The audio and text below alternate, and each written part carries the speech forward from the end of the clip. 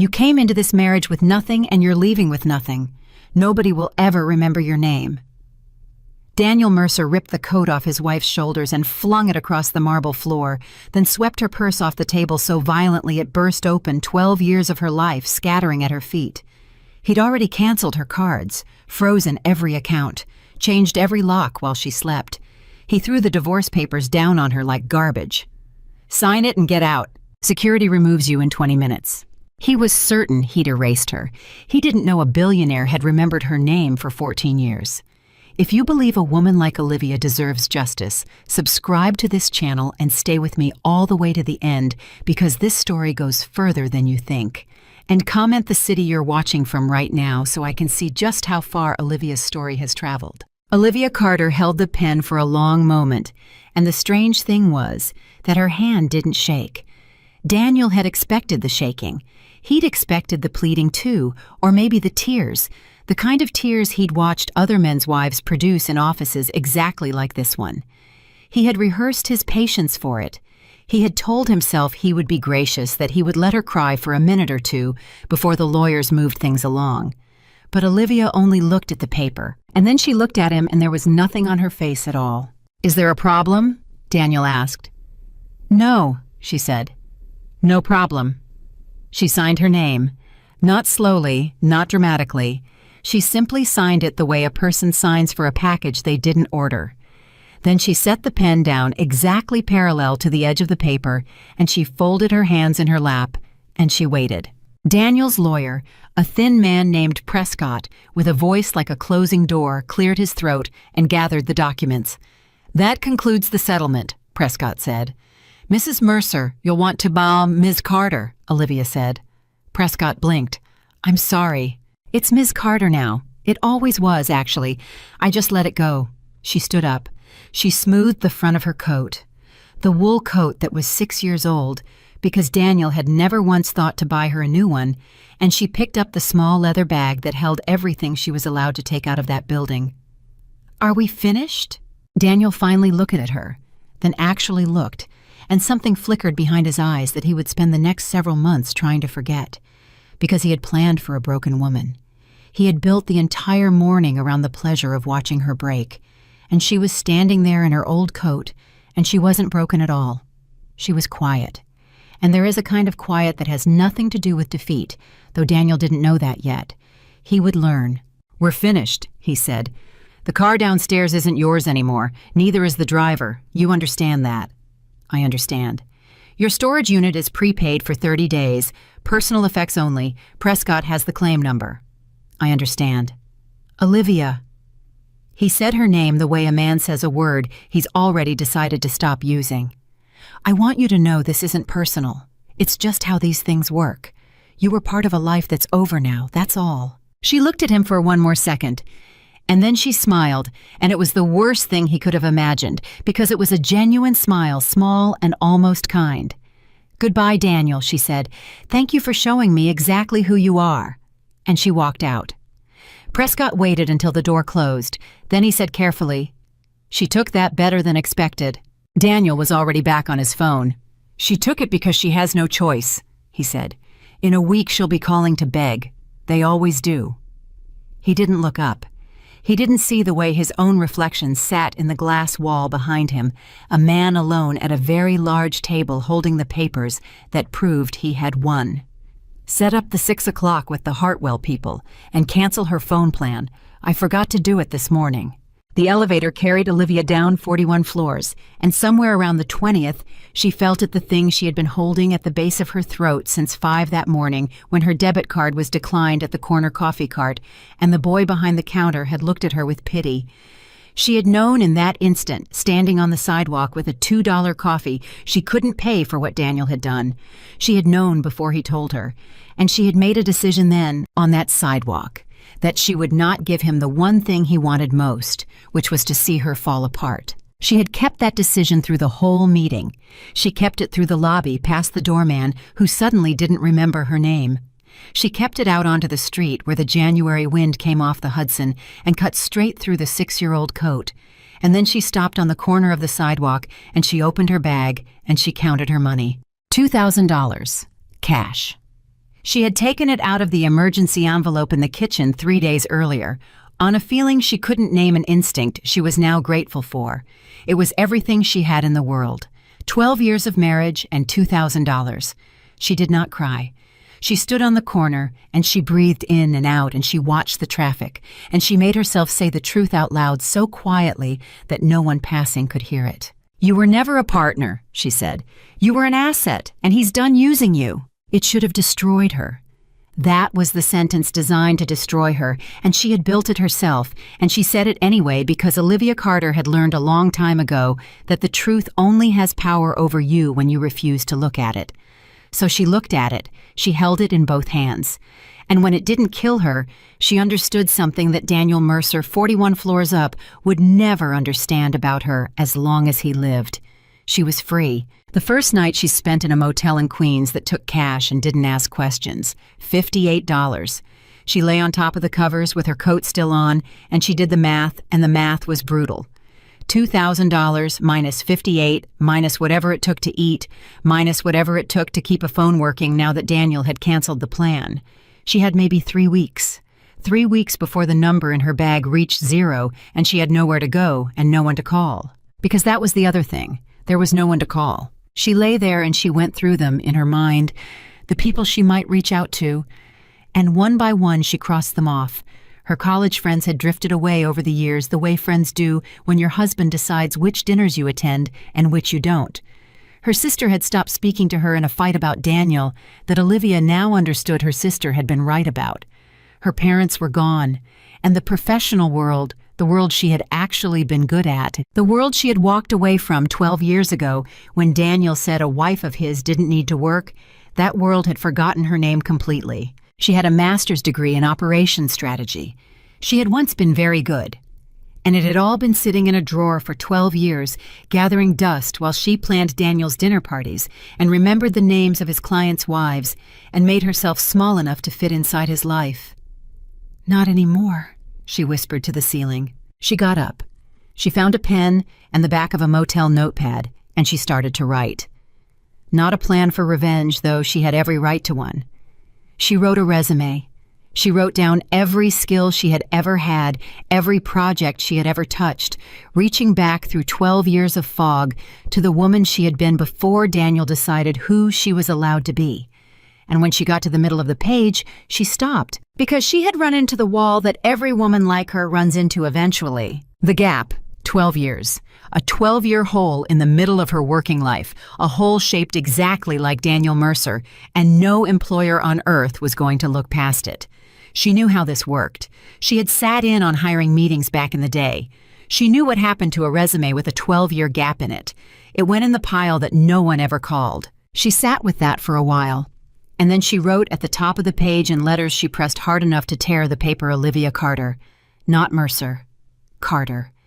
And under it she wrote a single line, the truth she was going to build the rest of her life on. I fix what other people can't see is broken. The days after that were the hardest days of her life, and Olivia would never lie about them. Not later, not when everyone wanted the story to be clean.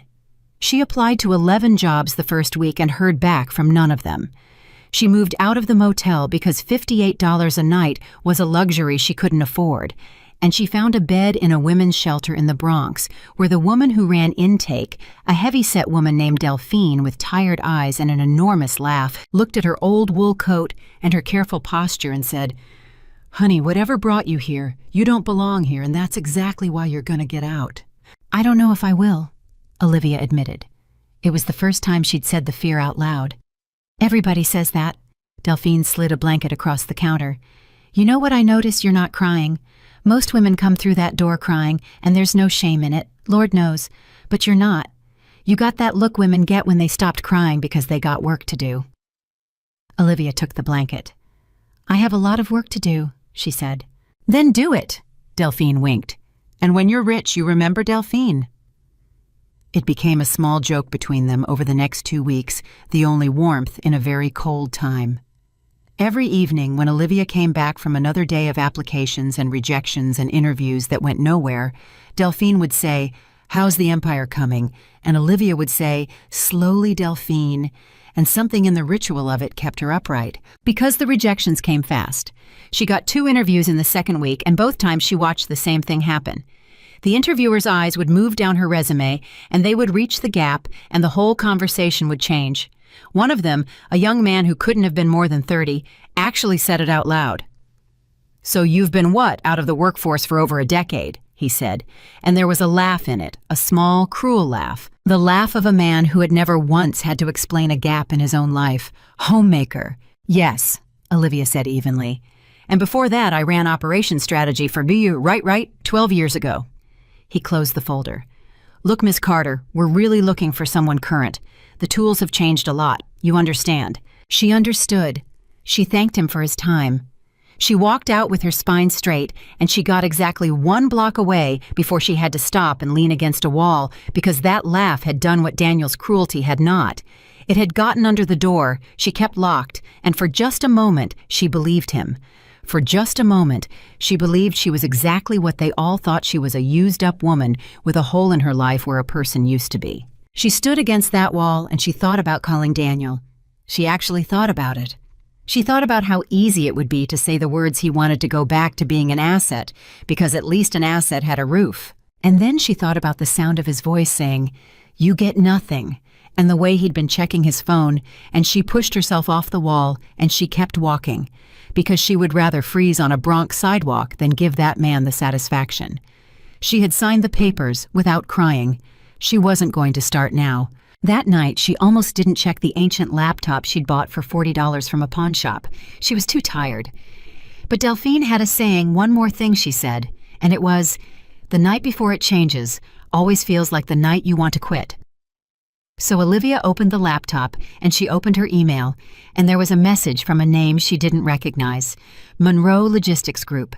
The subject line said simply, "Your Riverton work." Her hands went still over the keyboard. Riverton. She hadn't heard that word in 14 years. Riverton Manufacturing was a mid-sized company that had been 6 weeks from bankruptcy when Olivia, 26 years old and hungry and brilliant, had been brought in as a junior consultant. Everyone above her had already written the company off. The senior people had produced a report recommending liquidation. And Olivia, a nobody, a kid, had stayed up for 4 nights in a row and found the thing that all of them had missed. A structural flaw buried 3 layers deep in the supply chain, a mistake so simple and so catastrophic that once she pointed to it, the fix was obvious. She had saved 1,100 jobs. And because she was a junior consultant, and because the world works the way it works, the senior partner had put his own name on her report and taken the credit, and Olivia had gotten a handshake and a modest bonus. And shortly after that, she had met Daniel Mercer at a company event, and the rest of her life had swallowed her whole. She had assumed no one remembered. She had assumed her name wasn't even on the document. She opened the email. "Ms. Carter, my name is Ethan Caldwell. I don't know if that name means anything to you. It probably doesn't. But your name means a great deal to me. 14 years ago, you wrote an internal memorandum for a company called Riverton Manufacturing. The official version credited a man named Harold Vance. But I have seen the original drafts. I have seen the version with your notes in the margins. I know who actually saved that company, Ms. Carter. And I have known for a long time. And I have spent an embarrassing amount of energy over the years trying to find out what became of you. I run Monroe Logistics Group. We are facing a set of problems that remind me a great deal of Riverton. I would like to talk. I would like it very much. If you're willing, my office will send a car tomorrow. There will be no obligation and no test. I simply want to sit across from the person who did that work and ask her a few questions. I hope this finds you well. Ethan Caldwell. Olivia read it 3 times, and then she sat very still in the dim light of the shelter's common room with the $40 laptop warm on her knees and the whole loud building settling into sleep around her. And for the first time since she had signed those papers, she felt something crack open in her chest that had nothing to do with grief. Someone knew. Somewhere in the world, someone had looked at her work, her actual work, the thing she had done before Daniel decided who she was, and had spent 14 years wondering what became of her. Not Daniel Mercer's wife, not a woman with a gap. Olivia Carter, who fixed what other people couldn't see, was broken. She wrote back 3 words, then she deleted them. Then she wrote, "I'm willing, send the car." and she sat there and she did not sleep at all that night. And when Delphine came through at 6 for the morning count, she found Olivia dressed in her one good outfit, the old wool coat brushed clean, sitting bolt upright on the edge of her cot, with her hands folded and her chin lifted. "Well now," Delphine said slowly, "look at you." "I have an interview," Olivia said. "That's not an interview face, baby. That's a different kind of face." Delphine crossed her arms and studied her, and something knowing came into her tired eyes. "That's the face I told you about. You got work to do." "I have a lot of work to do." "Then go do it." Delphine's enormous laugh filled the cold room. "And you remember—" "I'll remember, Delphine," Olivia said, and for the first time in weeks, she almost smiled. The car that came for her was not what she expected. She had braced herself for something ordinary, a taxi voucher maybe, and instead a black sedan pulled up outside the shelter with a driver who came around and opened her door and said, "Ms. Carter," as if she were someone. The other women watched from the windows. Delphine stood in the doorway with her arms crossed and nodded once slowly the way you nod at a fighter walking into the ring. Olivia got in the car. She sat with her hands folded on her bag, and she watched the Bronx give way to Manhattan, and she rehearsed nothing because there was nothing to rehearse. She had decided in the night that she would not perform. She had spent 12 years performing being the right kind of wife, saying the right things at the right dinners, and it had ended with her name canceled off a credit card. She was done performing.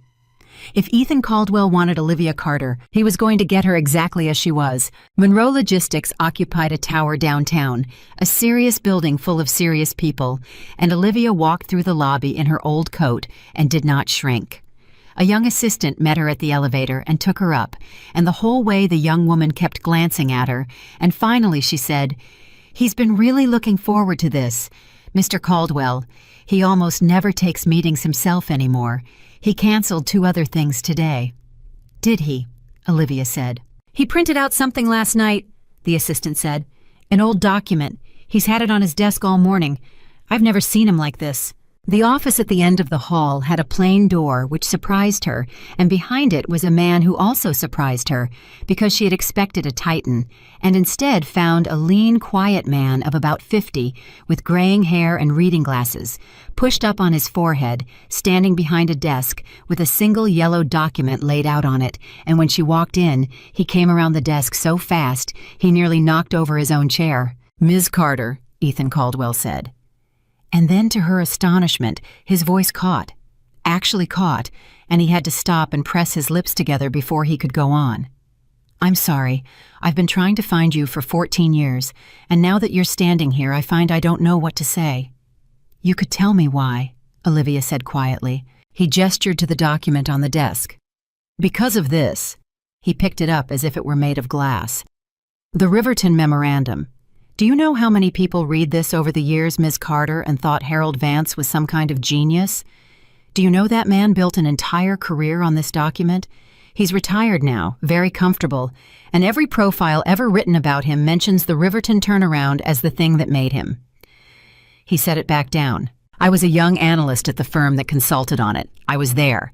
I watched Harold Vance take a stack of drafts from a junior associate and put his name on the final one and send her back to the copy room. And I have never forgotten it. And I have never forgotten her name because it was written in the corner of every draft in handwriting he forgot to erase."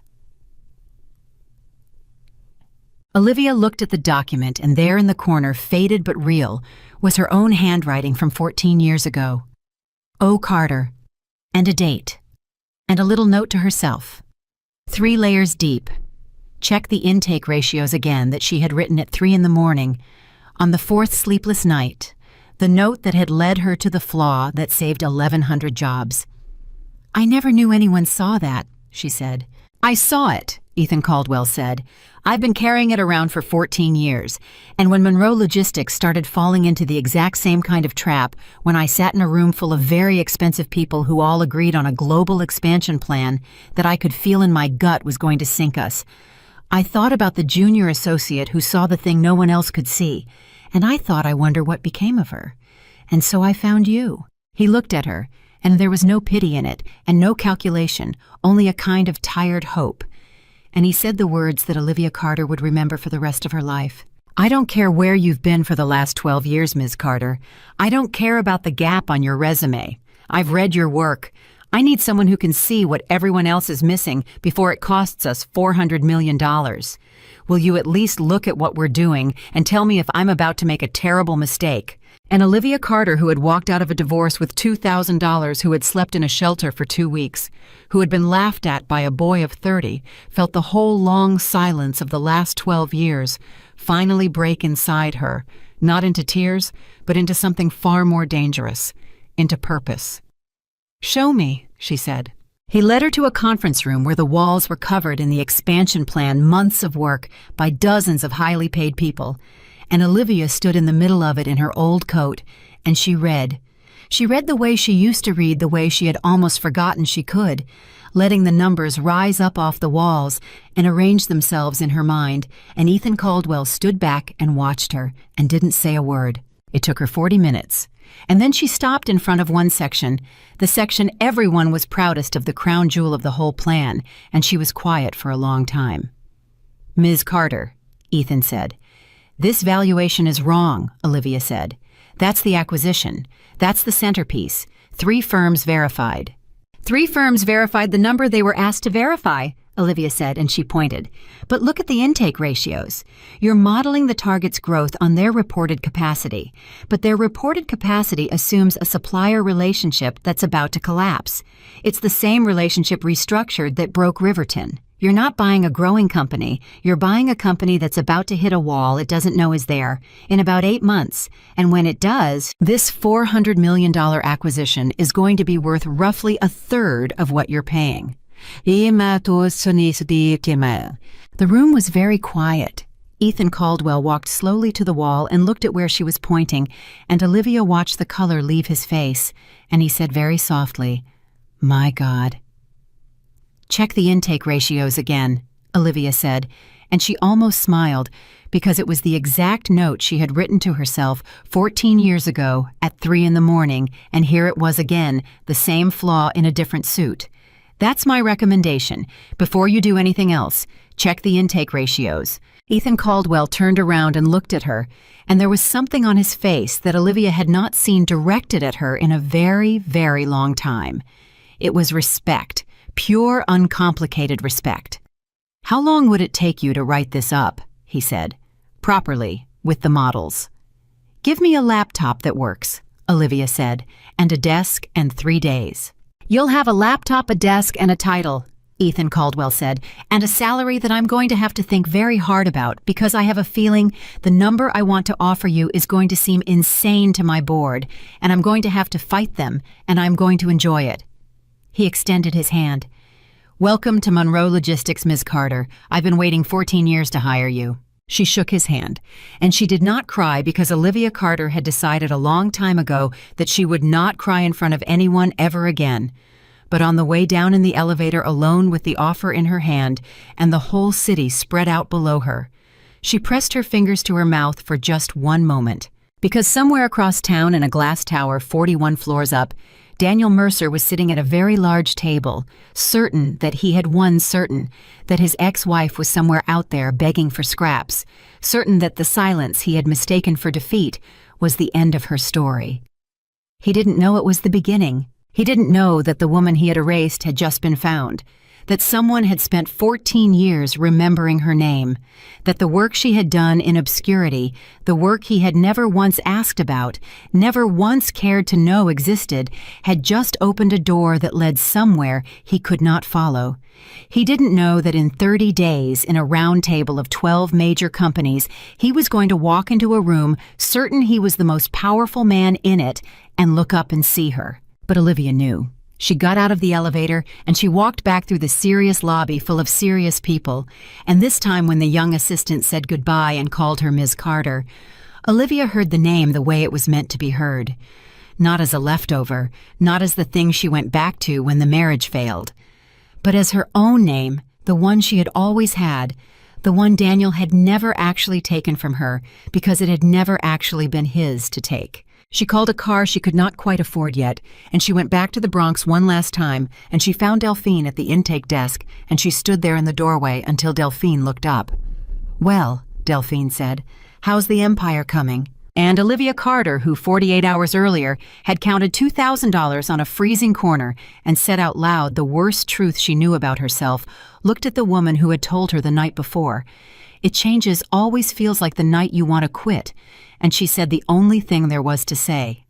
"It's coming, Delphine," she said. "It's finally coming. Finally." She had 30 days. 30 days to become the woman Ethan Caldwell believed she already was. 30 days until a table full of the most powerful people in the country and one name on the guest list she had spent 12 years learning to fear. Daniel Mercer, the man who erased her. The man who was about to learn what the silence had really been. Not surrender. Preparation. The first thing Olivia Carter learned at Monroe Logistics was that respect is a language, and she had almost forgotten how to speak it. She arrived on her first morning in the old wool coat because it was still the only good coat she owned, and she walked through the serious lobby full of serious people, and half of them looked at her and made a decision about her before she reached the elevator. She saw it happen. She had spent 12 years watching people make decisions about her in exactly that way at Daniel's dinners in Daniel's world, and she had learned to shrink under it. But this morning, she did not shrink. She lifted her chin and she got in the elevator, and by the time the doors opened on the 43rd floor, she had already decided that she was going to make every single one of them change their minds before the month was out. Ethan Caldwell was waiting for her with a badge, a laptop, and a problem. "I fought the board about your salary," he said, walking fast down the hall so she had to keep up. "I lost the first vote. Then I told them what you found in the acquisition model, and I won the second vote by making them all look at the intake ratios themselves. Some of them are furious. Not at you. At the 3 firms who verified a number that was wrong." He stopped at a glass door. "This is your office." Olivia looked at it. It was small, but it was hers, and it had a door that closed and a desk and a window, and it was the first thing in 3 weeks that belonged to her. "There's a catch," Ethan said. "There's always a catch. You wrote up the acquisition problem in 3 days like you promised. It was flawless, but now I need you to defend it. In 11 days, there's an internal review. The team that built that acquisition plan, they've been on it for 8 months, and their names are all over it, and their bonuses are all riding on it, and you just told the CEO it's about to lose us hundreds of millions. They are not going to thank you." He looked at her steadily. "They're going to try to bury you. And I can protect you from a lot of things, Olivia, but I can't protect you from being wrong in that room. If you're wrong, they'll destroy you, and I won't be able to stop it. So I have to ask you one more time, and I need the honest answer. Are you sure?" Olivia thought about the boy of 30 who had laughed at her gap. She thought about Daniel checking his phone while she signed her marriage away. She thought about the note in the corner of the Riverton memo, 3 layers deep at 3 in the morning. "I'm sure," she said. "Then let's go to war," Ethan said, and he almost smiled. The man who led the acquisition team was named Marcus Field, and Olivia disliked him inside of 90 seconds, which was unusual for her because she had trained herself over 12 years to like everyone regardless of how they treated her. Marcus Field was 45 and expensive and very sure of himself, and when Ethan introduced her as the strategist who had raised concerns about the model, Marcus looked at her old coat and then looked at Ethan and said, "Concerns, right. And where did we find her again?" "Her name is Olivia Carter," Ethan said. "She saved Riverton Manufacturing 14 years ago. You may have studied it in business school. She's the one who actually did it." Marcus's smile flickered just slightly, and Olivia caught it. He'd heard of Riverton. Everyone had heard of Riverton, but he recovered fast. "Well, that was a long time ago," he said. "The industry's changed. I'm sure Ms. Carter's very talented, but our model was verified by 3 of the top firms in the country. So I'm not sure what she thinks she's seeing that they didn't." "She's seeing what I asked her to check," Ethan said. "The review is in 11 days. You'll both present. Then the board decides." He turned to leave, then stopped. "Marcus, one piece of advice. Don't underestimate her because of the coat. I did the math on what that mistake would have cost us if she hadn't caught it. It's 40% of our annual profit. Think about that number for 11 days. He walked out. Marcus Fields stood there, and the smile was completely gone now, and he looked at Olivia the way a man looks at something he intends to remove. "Riverton, huh?" he said quietly. "Funny. I looked you up last night. There's nothing. No LinkedIn, no record of you anywhere for the last 12 years. Almost like you didn't exist." He stepped closer. "You know what I think? I think somebody dug up an old name off an old document, and Ethan's having some kind of midlife crisis about the one who got away. I think you got lucky once 14 years ago, and you've been nothing ever since. And in 11 days, I'm going to prove it in front of the whole board." He picked a piece of lint off his sleeve. "Enjoy the office. I don't think you'll have it long." He left, and Olivia stood alone in the small office that was hers, and her hands were shaking, but not from fear, from fury, because Marcus Field had just done the one thing guaranteed to light Olivia Carter on fire. He had told her she was nothing. She sat down at the desk, she opened the laptop, and she got to work. For the next 11 days, she barely slept, and she found that she didn't want to because the work had come back to her like a language she'd only pretended to forget. She still went back to the shelter every night because she couldn't afford an apartment until the first paycheck cleared, and Delphine watched her come in later and later with the fire building behind her eyes, and finally said, "Girl, what is happening to you? You look like you're either falling in love or planning a murder." "A little of both," Olivia said. "With who?" "With the work." Olivia set down her bag. "Delphine, there's a man who thinks I'm nothing, and I get to prove him wrong in front of 40 people in 9 days. Delphine's enormous laugh filled the room. "Oh, honey," she said. "I almost feel sorry for him, almost." She leaned across the counter. "But listen to me, because I've watched a lot of women walk through that door. Don't do it for him. Don't do it to prove the man wrong. You do it for him, you'll always need a him. You do it because it's true and the man just happens to be standing there when it comes out. You understand the difference?" Olivia looked at her for a long moment. "Yes," she said quietly. "I do." "Good." Delphine slid her a plate of food. "Now eat. You can't win a war on an empty stomach." She dug deeper. And on the 7th night alone in her small office at 11 o'clock, Olivia found something she had not been looking for. She had been rechecking the supplier relationship that underpinned the whole acquisition, the collapsing relationship she'd flagged, and she pulled the contracts to confirm the timeline, and buried in the fine print of an amendment dated 2 years earlier, she found a clause. A single clause. And her whole body went cold because she recognized the structure of it. She had seen this exact clause before. She had seen it in Daniel Mercer's world. She sat very still. And then she opened a new search, and she pulled the ownership records of the supplier, layer by layer shell, company by shell company.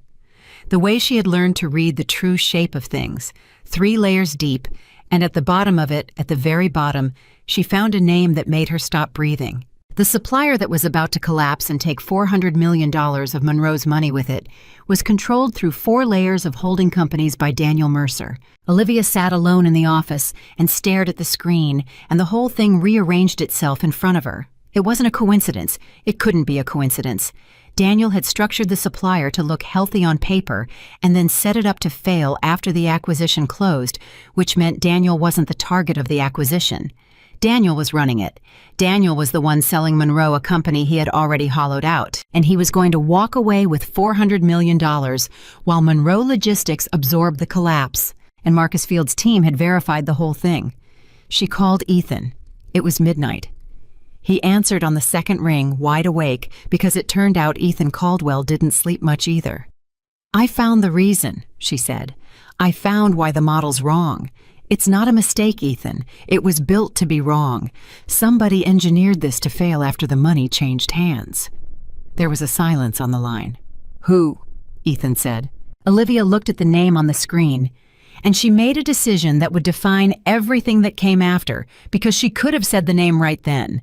She could have said Daniel Mercer and let Ethan know that his new strategist had a personal war wrapped up in this, and she chose not to.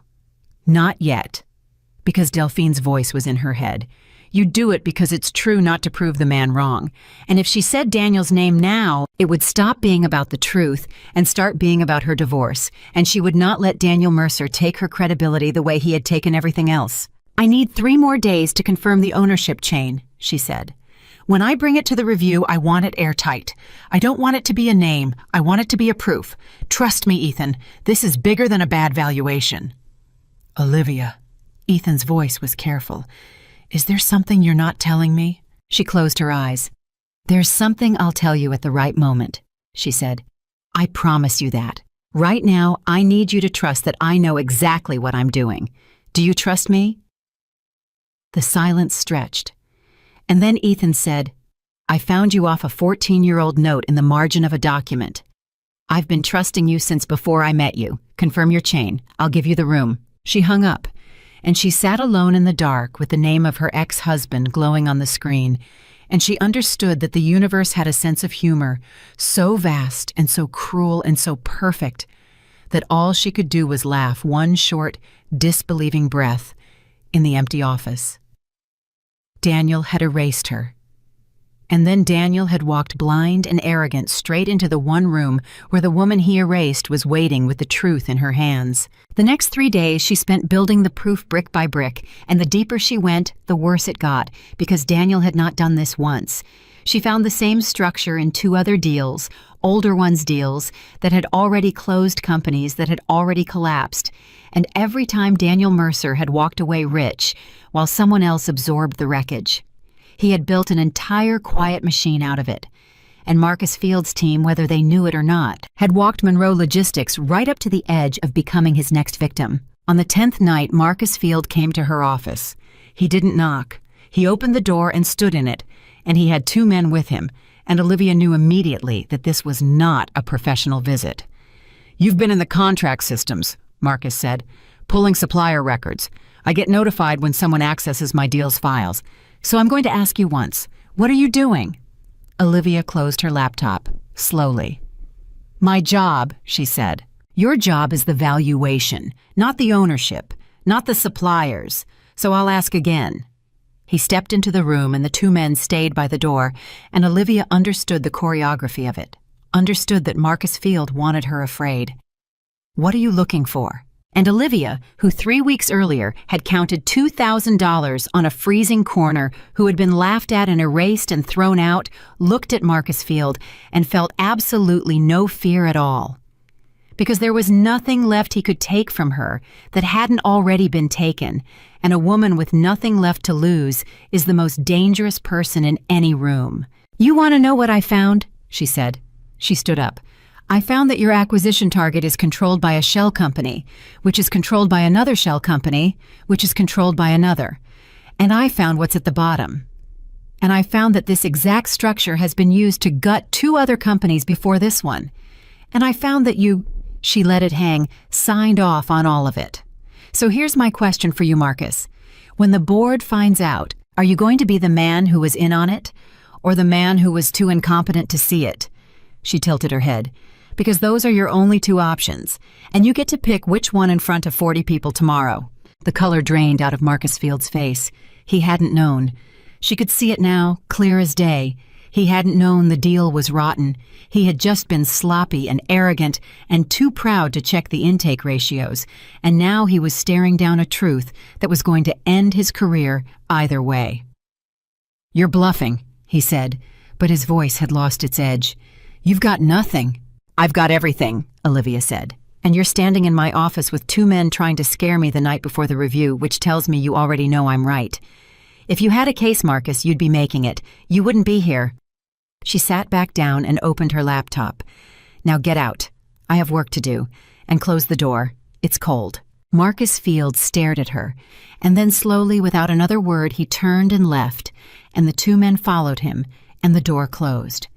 And Olivia let out a long, shaking breath and pressed her hands flat on the desk until they stopped trembling, and then she went back to work because the review was in 14 hours and she was going to be ready.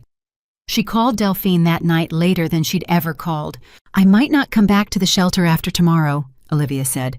Win or lose, I think tomorrow ends it one way or the other. Then you listen to me one more time, Delphine said, and her voice was soft now, none of the laugh in it. Whatever's in that room tomorrow, you already survived worse. You survived a man who told you you were nothing and meant it. You slept in my shelter and got up every morning and put on that old coat and went out and got laughed at and came back and did it again. That's already the whole story, baby. Tomorrow's just the part where everybody else finds out." A pause. "Now go get your empire." Olivia hung up, and she did not sleep and she did not want to. The review was held in the largest conference room at Monroe Logistics, and by the time Olivia walked in, there were more than 40 people in it, because word had gone around that the new strategist was going to challenge the crown jewel acquisition, and everyone wanted to watch the blood. Ethan sat at the head of the table. The board members lined one side.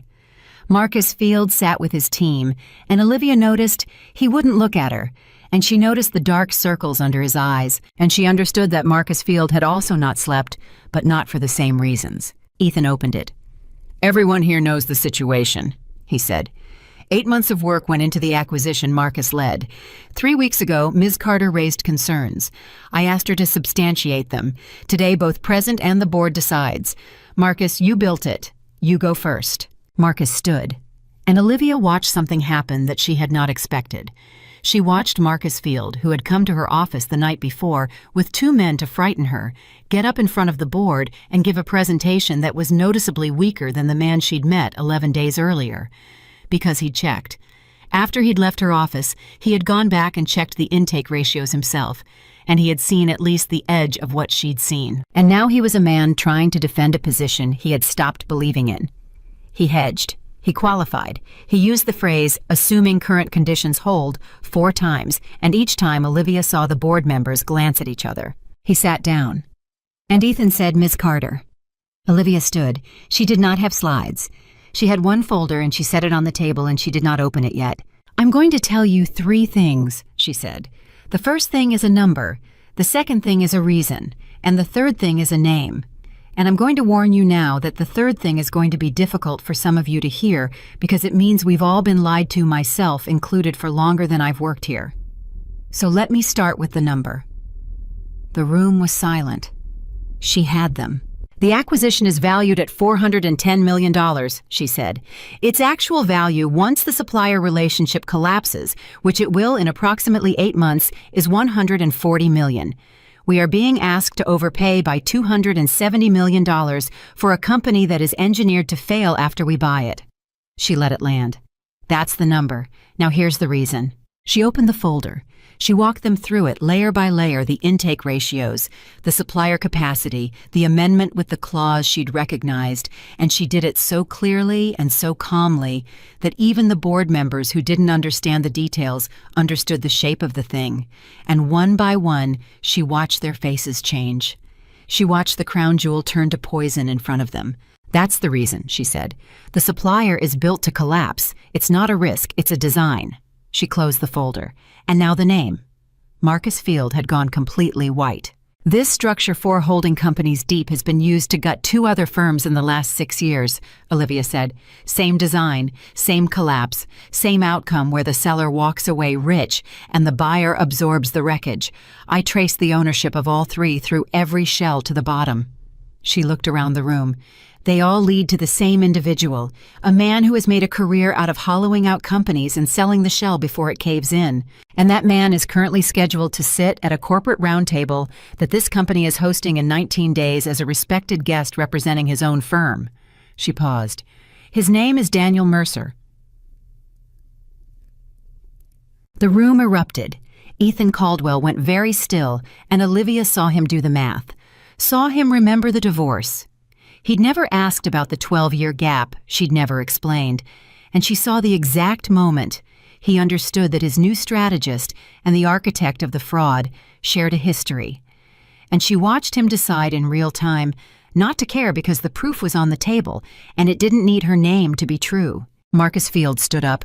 "This is insane," he said, but his voice cracked. "You're accusing one of the most respected men in—" "I'm not accusing anyone of anything," Olivia said. "I'm showing you the ownership records. They're in the folder. Every board member has a copy. The name at the bottom is a matter of public record if you know where to dig." I dug. She looked at him. "And Marcus, before you say another word, you should know that I'm not the one who has a problem here. You verified this deal. Your name is on it. So you have exactly one good move left. And it's to stand there and thank me, because I just saved you from being the man who walked Monroe Logistics into a $270 million fraud. You're welcome." Marcus Field opened his mouth, and then he closed it. And then slowly he sat down, because there was nothing else to do. Ethan Caldwell stood. The room went quiet. "We're killing the acquisition," he said. "Effective immediately. Legal will review everything Ms. Carter has brought forward, and if it holds, and I have no doubt it will, we will be having a very different conversation about Mr. Mercer's invitation to our roundtable." He looked down the table at Olivia, and there was something in his face that went beyond respect, now something closer to awe. "Ms. Carter, in 3 weeks you've saved this company more money than most of the people in this room will earn in their lifetimes. I'd like to name you lead strategist for the roundtable." A pause. "I assume you have no objection to Mr. Mercer being in the room. Is that?" And Olivia Carter, standing in front of 40 people who 3 weeks ago would have made a decision about her, from her old coat looked at Ethan Caldwell and let herself smile just slightly for the first time in that room. "No objection at all," she said. "In fact, I insist he stays on the guest list." The meeting broke. People came up to her board members, analysts, people who 11 days ago wouldn't have learned her name, and they shook her hand and said things, and she heard almost none of it because inside she was very quiet. Quiet the way she'd been quiet in that glass tower 41 floors up when Daniel slid the papers across the table. But it was a different quiet now. That quiet had been the sound of a woman waking up. This one was the sound of a woman who was finally awake, and who had just discovered that the man who buried her was walking toward her with his eyes closed. Marcus Field caught her at the door. "How did you find it?" he said. "It wasn't a challenge anymore. It was almost a plea. 3 firms missed it.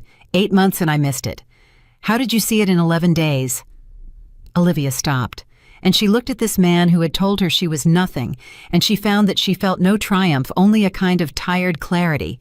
"Because you were looking at what the numbers said," she told him. "And I was looking at what they were hiding. There's a difference, Marcus.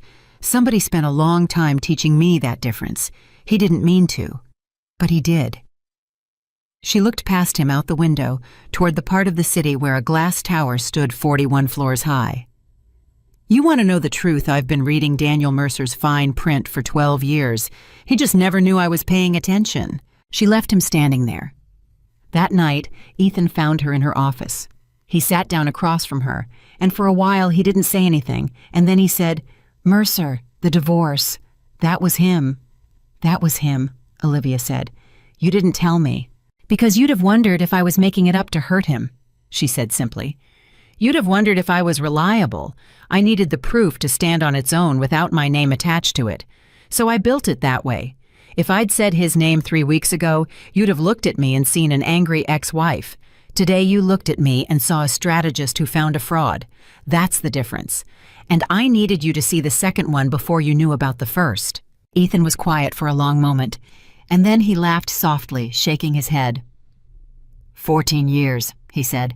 "I spent 14 years looking for the junior associate who saw what nobody else could see.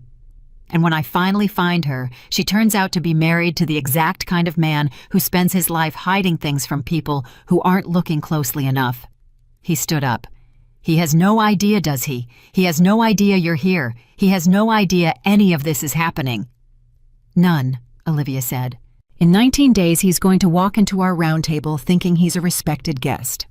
Yes, and he's going to look up and see you sitting at the table representing Monroe Logistics. Yes." Ethan Caldwell looked at her, and there was something almost gentle in it. "Are you going to be all right?" he asked. "When you see him, after everything he did to you, 12 years, Olivia, and a divorce like that, are you going to be all right in that room?" And Olivia Carter thought about the corner where she'd counted $2,000. She thought about the shelter cot and Delphine's laugh. She thought about the boy of 30 and the old wool coat and the marble floor where 12 years of her life had scattered at her feet while a man she'd loved told her nobody would ever remember her name. She thought about all of it, and she waited for the pain to come the way it used to come. And it didn't. "I'm going to be fine," she said. "Because here's the thing about Daniel Ethan. He thinks he erased me. He built his whole idea of himself on the fact that he erased me, and in 19 days he's going to find out that the woman he threw out on the street is the reason his $400 million deal is dead. Shaw. She stood and she picked up her old wool coat, the last thing she owned from the life she'd left, and she looked at it for a moment before she put it on. He mistook my silence for defeat once. He's about to make the same mistake twice, and the second time it's going to cost him everything. She walked out of the office, and behind her, Ethan Caldwell stood alone in the room looking at the folder on the desk that had just ended a fraud 6 years in the making, and he said quietly to no one, "God help him." Because 19 days was not very long, and Olivia Carter had waited 12 years. 19 days became 18, and Olivia Carter moved out of the shelter. She almost didn't. She stood in the doorway of the little room with her one suitcase, and Delphine watched her from the intake desk, and Olivia found she couldn't quite make her feet cross the threshold because that shelter had been the place where she'd stopped crying and started fighting, and there was a part of her that was afraid to leave it behind. "Girl, you're standing in my doorway like it's got glue on it," Delphine said. "Go on." "I don't know how to thank you," Olivia said. "You already did. You got up every morning." Delphine came around the desk, and she was not a woman who hugged, Olivia had learned, but she put both hands on Olivia's shoulders and looked at her hard. "Now you listen. In a couple weeks, you're going to be in a room full of powerful people, and one of them is the man who did this to you. And there's going to be a moment where you get to hurt him. You understand me? A moment where you could burn him down in front of everybody just because you can." Her grip tightened. "Don't you let that moment turn you into him. You beat him by being better than him, not by becoming him. You hear me?" Olivia looked at her. "I hear you," she said quietly. "Good." Delphine let her go and stepped back, and the enormous laugh came back into her face. "Now get out of my shelter, you're taking up a bed, and send me a postcard from the Empire." Olivia laughed, and it surprised her, and she picked up the suitcase and she walked out, and she did not look back because Delphine had taught her that too. The apartment Monroe's relocation office found for her was small and clean, and hers, and the first night she slept in it, she lay awake for hours, not from fear, but because the silence was so complete. No motel walls, no shelter sounds, just her own quiet in her own place paid for with her own work, and somewhere around 2 a.m, she got up and stood at the window and looked out at the city and let herself feel for 1 full minute the thing she had not let herself feel in 3 weeks. Not triumph, not yet, just the enormous, terrifying fact that she had survived. Then she went back to bed because she had a round table to build and 18 days to build it. The work consumed her, and she was grateful for it. Ethan had not exaggerated when he'd called it a high-level roundtable. 12 major companies coming together to coordinate a joint logistics framework, the kind of thing that touched billions of dollars and moved slowly and carefully, and required a strategist who could see 3 moves ahead and hold 12 competing interests in her head at once. It was exactly the kind of work Olivia had been born to do and had spent 12 years not doing, and now that she had it back, she attacked it with a hunger that unsettled even her. But there was a complication, and the complication had a name, and the name was Daniel Mercer, because Daniel was still on the guest list. Legal was still building the case against him quietly, carefully, and Ethan had made a decision that Olivia understood but hated. They were not going to remove him from the round table. They were going to let him come. "If we pull his invitation now, he'll know something's wrong," Ethan explained 11 days out in his plane office. "He'll start covering tracks. He'll move money, dissolve shells, disappear, the paper trail. Right now he thinks he's invisible. That's our advantage. So he comes to the round table, and he sits at the table thinking he's a respected guest, and by then legal will have everything locked down and we spring it all at once." He looked at her. "But that means you have to sit in a room with him, and I need to know you can do it without tipping him off. If he sees your face and reads what's coming, we lose the whole thing." "He won't read my face," Olivia said. "Olivia." "Ethan." She leaned forward. "I spent 12 years hiding what I felt from that man. 12 years of smiling at his dinners while he humiliated me. 12 years of saying nothing while he canceled the parts of me he didn't like." Her voice was very steady. "You're worried I can't sit in a room and control my face." Ethan controlling my face around Daniel Mercer is the one skill I have that nobody can touch. He built it. He drilled it into me for 12 years. And now I'm going to use it against him." She sat back. "He won't see anything. He'll see exactly what he expects to see, right up until the moment he doesn't." Ethan studied her for a long moment, and then he nodded slowly. "Sometimes," he said, "I think the smartest thing I ever did was follow a note in the margin of a 14-year-old memo." "It was?" Olivia said. 10 days out, Daniel Mercer's name resurfaced in a way Olivia had not anticipated. She was reviewing the Roundtable's participant list, cross-checking the firms, when she noticed that Daniel wasn't attending as an independent guest. He was attending as a representative of one of the 12 companies. And when she pulled the details, she went cold all over again, because the company Daniel was representing was one of the 12 at the heart of the framework, which meant Daniel Mercer wasn't a guest at the edge of the table. He was a principal. He had a seat. He had influence over the very framework Olivia was building. And that meant the fraud wasn't over. It meant Daniel was already inside Monroe's world, already positioned, already reaching for the next 400 million. She called Ethan immediately. "He's not a guest," she said. "He's a principal. He's representing Vandermeer Shipping. He has a vote in the framework." Silence on the line. Then, "That's not possible. Vandermeer is one of our oldest partners. Mercer doesn't own Vandermeer." "He doesn't own it," Olivia said. "He advises it. He's their strategic advisor, which means every recommendation Vandermeer brings to the table has Daniel's fingerprints on it. Ethan, he's not coming to the round table to watch. He's coming to steer it. He's already working the next deal. And nobody at Vandermeer has any idea what he really is because he's very, very good at looking like the smartest man in the room." She heard Ethan exhale slowly. "How bad is it?" "I need to see everything Vandermeer's brought to the framework in the last 6 months," Olivia said. "Every recommendation, every position, every number. Because if I know Daniel, and I do, he's already planted something. He's already set up the next collapse. And this time it's not one acquisition. It's the whole framework. 12 companies. He's going to use the joint structure to move his poison into all of them at once." The line was quiet for a long moment. And then Ethan said the thing that changed the shape of everything. "Olivia," he said, "if you're right, this isn't a case anymore. This is the biggest corporate fraud I've ever heard of. And you're the only person on Earth who can see it because you're the only person who knows how he thinks." A pause. "But you understand what that means. If we're going to catch it, you have to get inside it. You have to work with Vandermeer. You have to work with Daniel's own recommendations.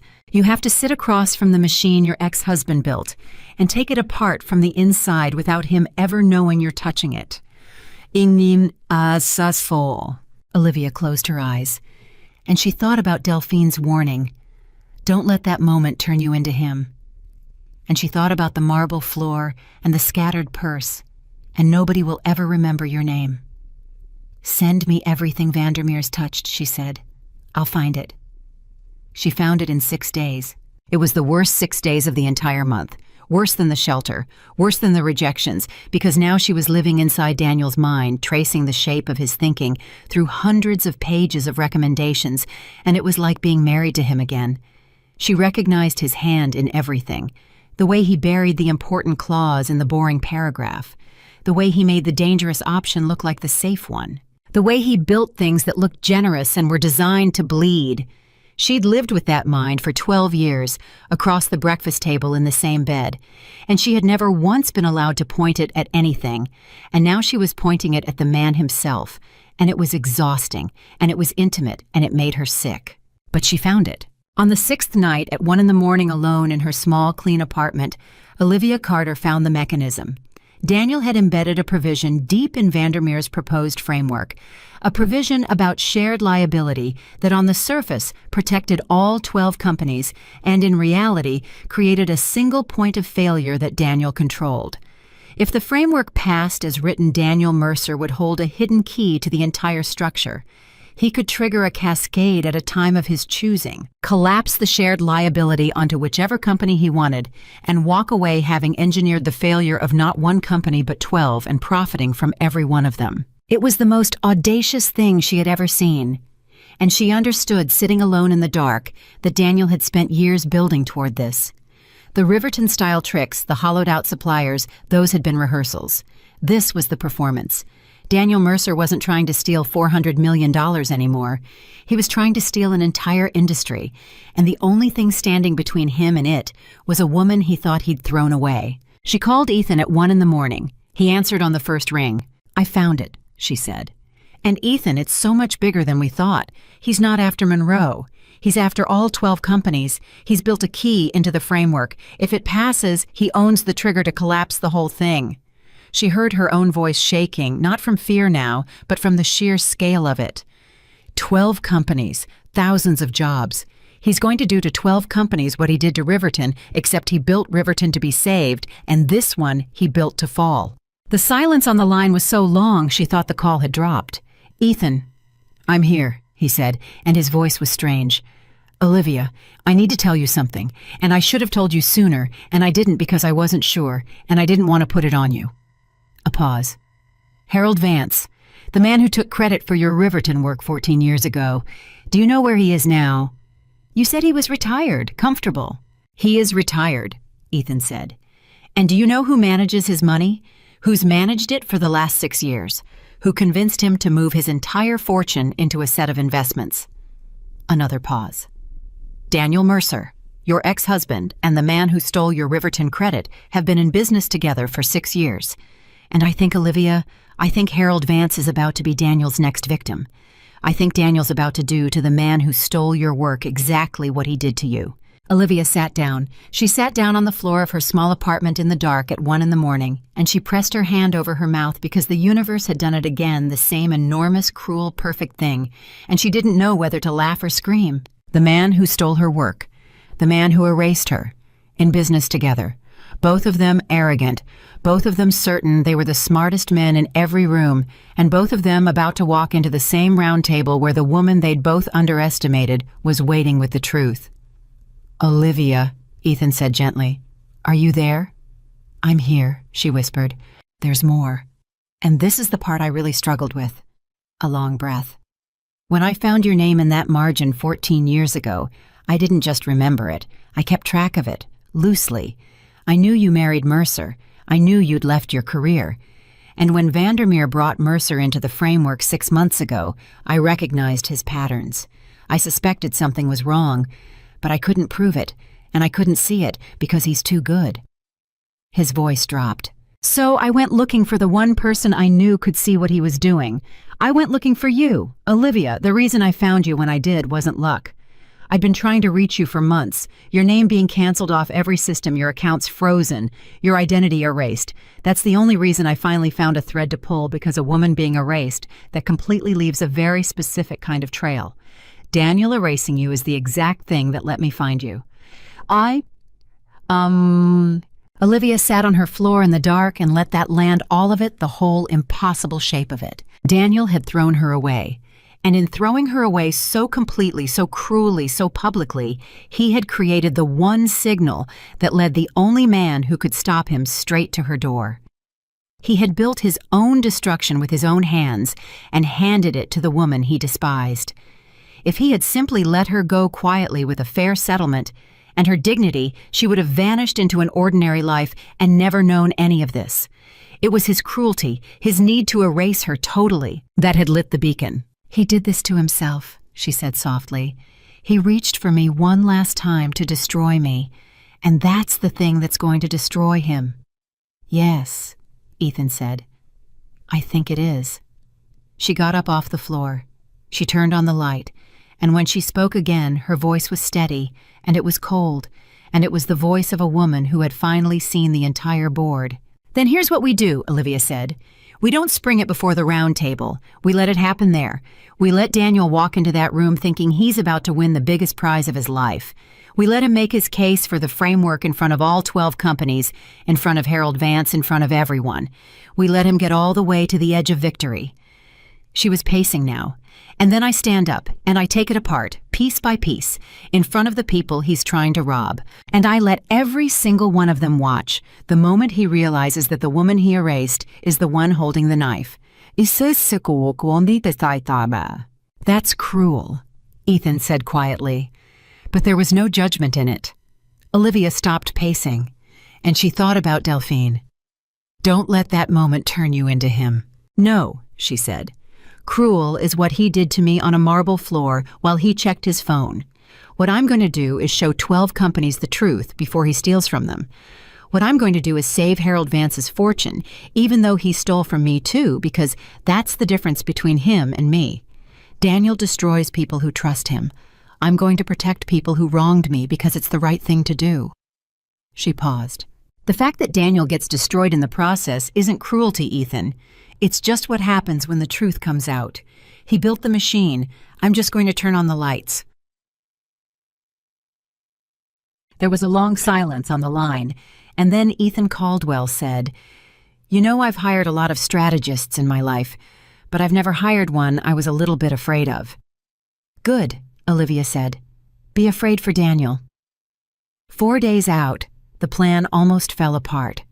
Marcus Field came to her office again, but this time there were no men at the door, and this time he knocked, and this time when he came in, he looked like a man who hadn't slept in a week. I need to tell you something, he said. And I need you to not fire me for it, which I know isn't up to you, but I need to say it anyway.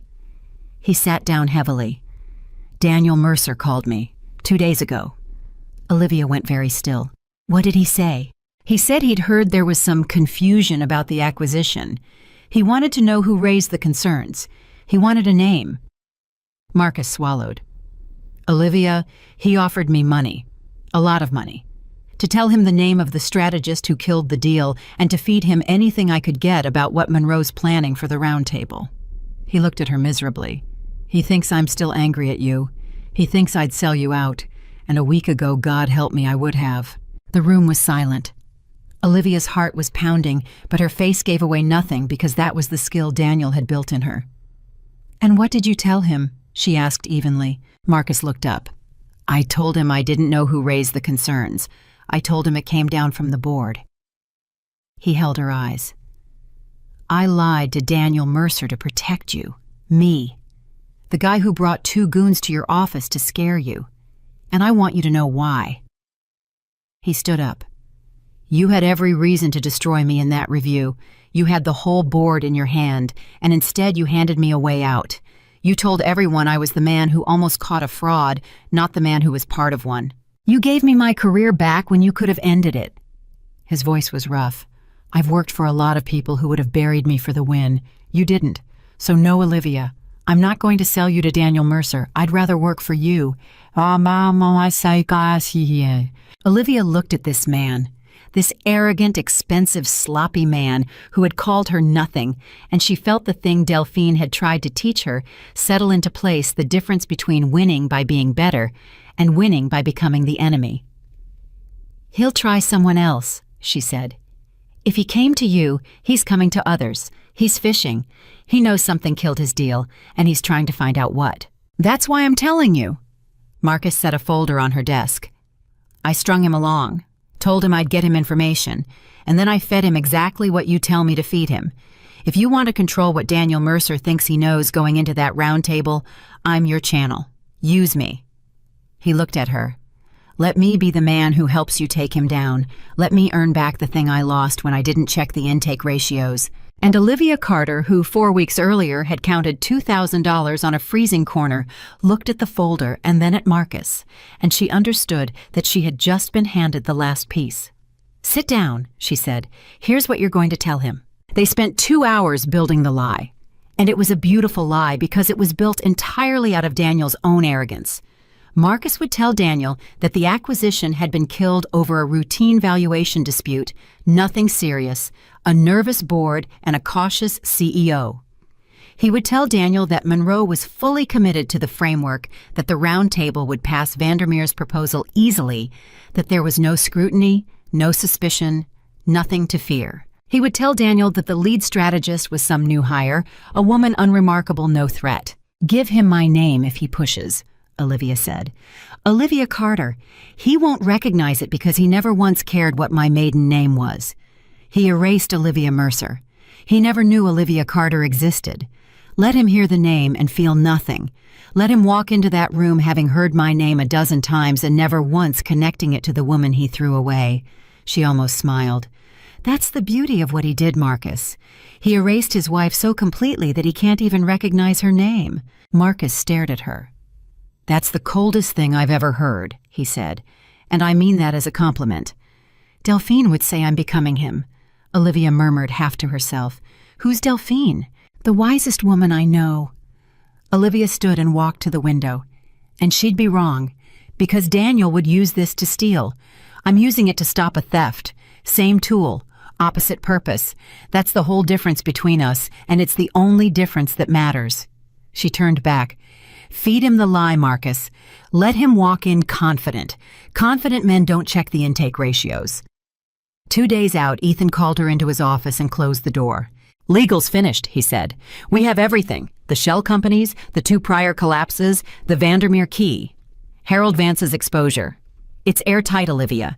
It's the most complete fraud case I've ever seen assembled, and you built most of it. He sat on the edge of his desk.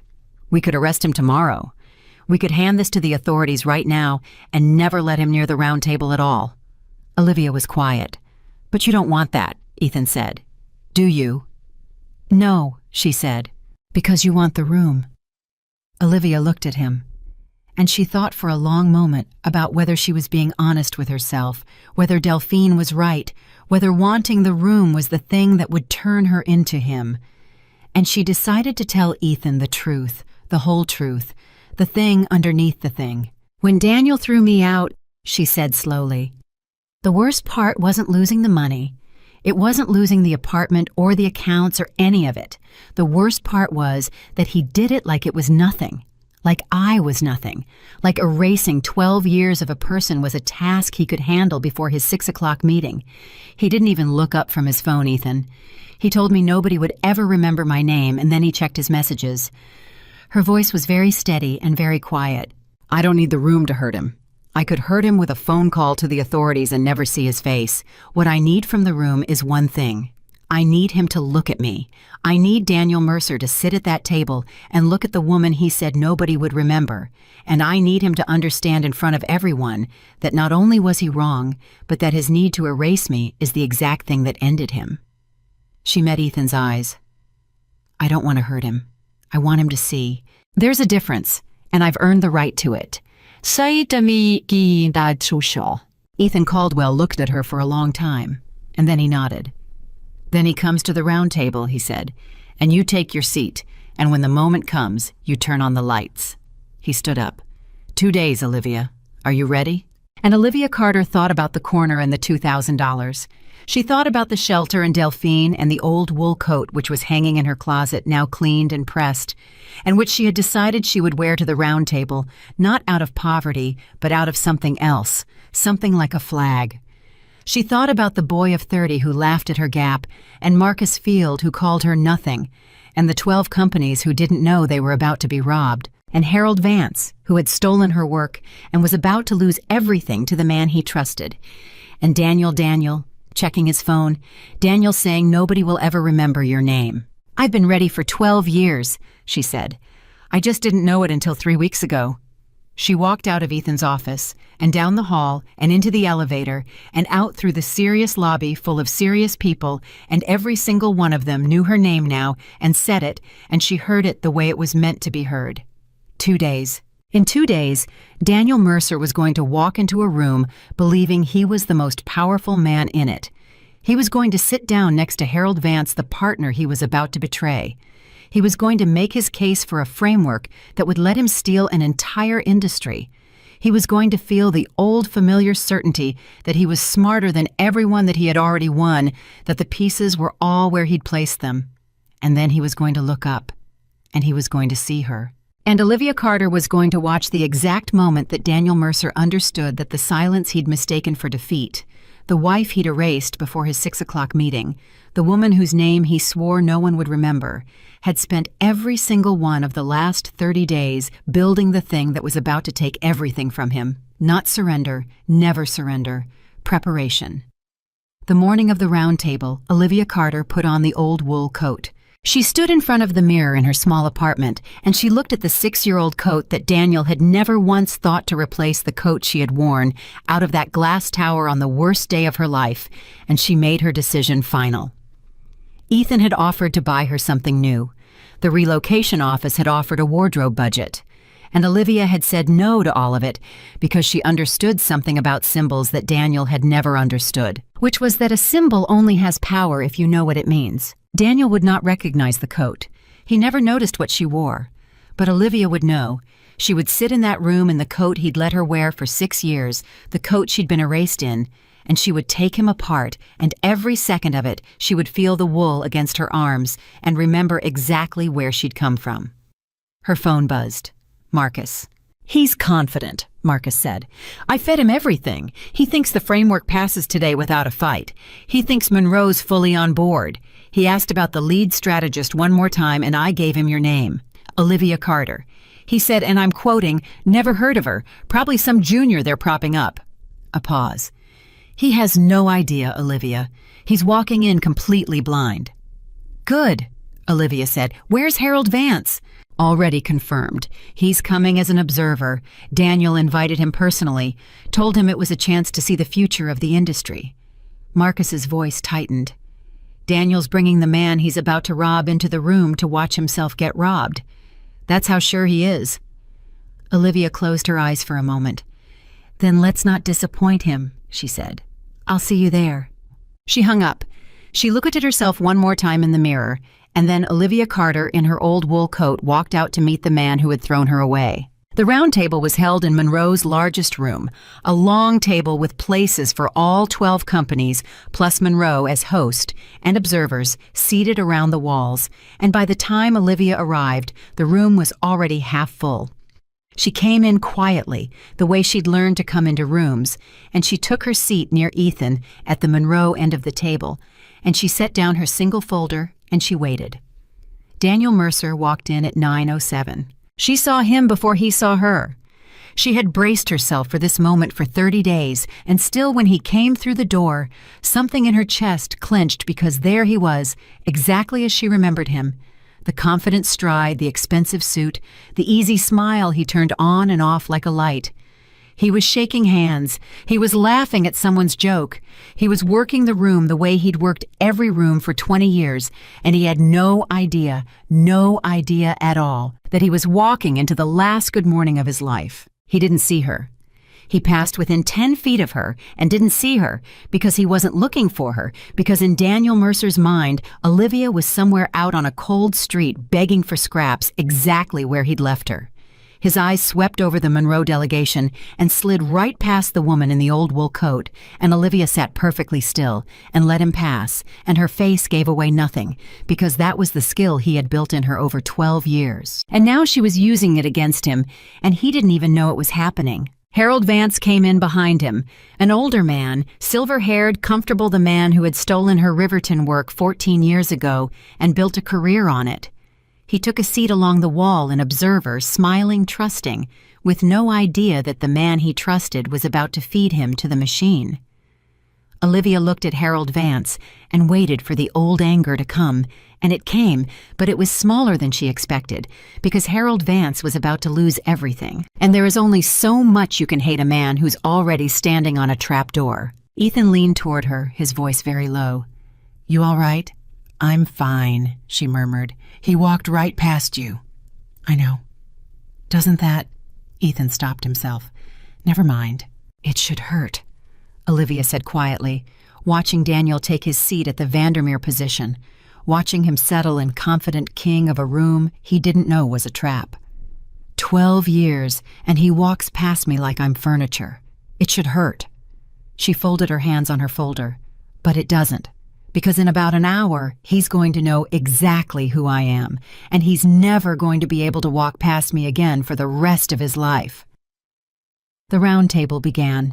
Ethan opened it as host, welcoming the 12 companies, laying out the purpose, the joint logistics framework, the coordination that would touch billions. And then, because this was the plan, Ethan turned the floor over to the company that had done the most preparatory work on the framework structure. Vandermeer Shipping, Daniel Mercer. Daniel stood and Olivia watched him command the room, and she had to admit, even now, even hating him, that he was good. He was very good.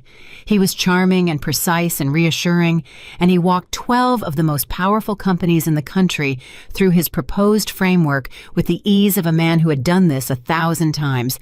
And Olivia watched the shared liability provision come and go, watched him slide it past the whole table in a paragraph of comfortable language, watched not a single person in the room notice the key he was building into the structure.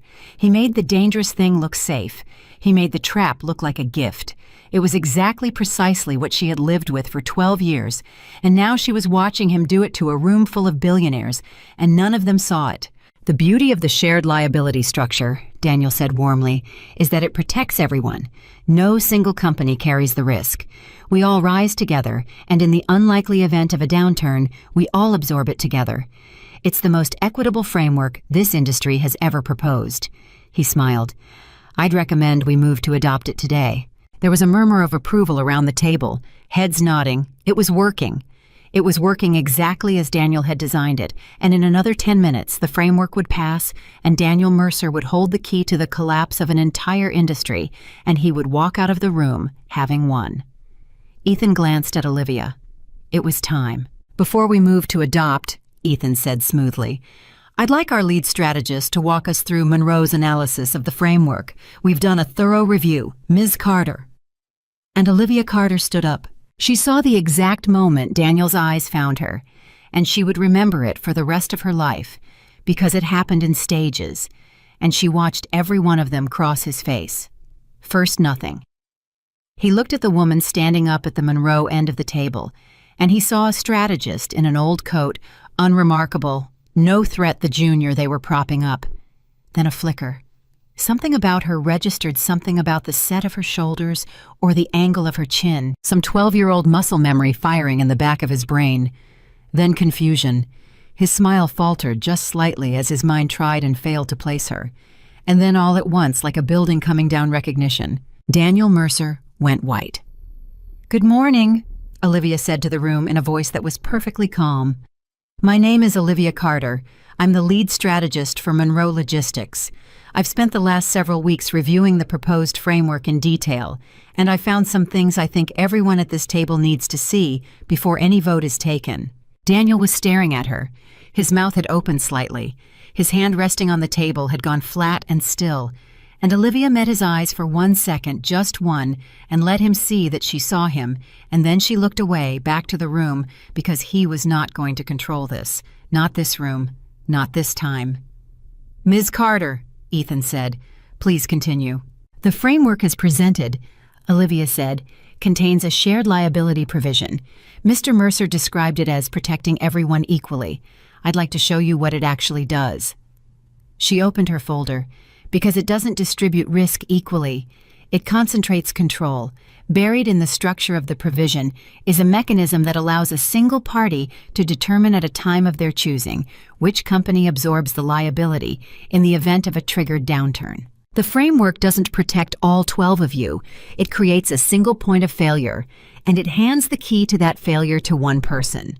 The room had gone very quiet.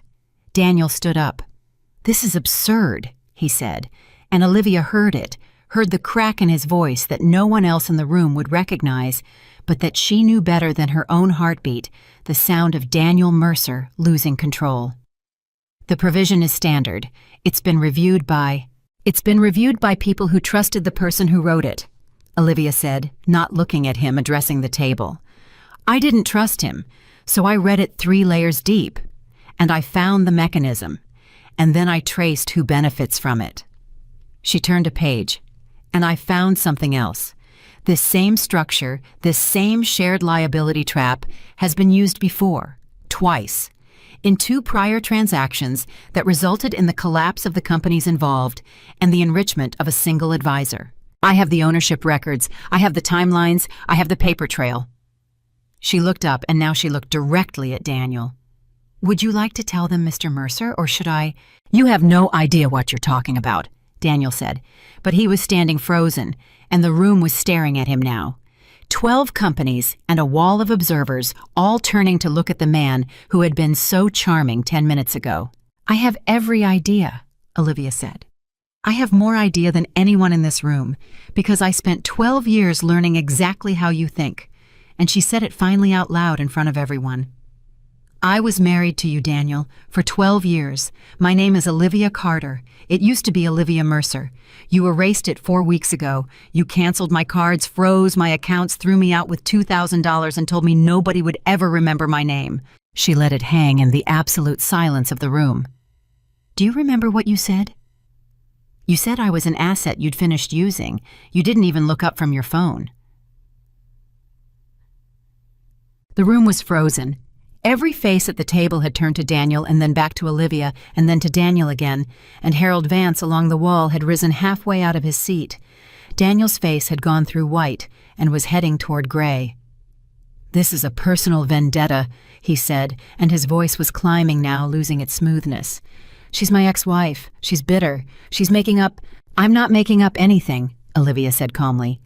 "Everything I've said is in this folder, and there are copies at every seat, and none of it depends on my word. It depends on the ownership records, which are public, if you know where to look. I knew where to look." She slid the folder down the table. "The mechanism is real. The 2 prior collapses are real. And the person who controls the key in all 3 cases is real." She paused. Would anyone like to guess who it is? Nobody spoke, but everyone knew.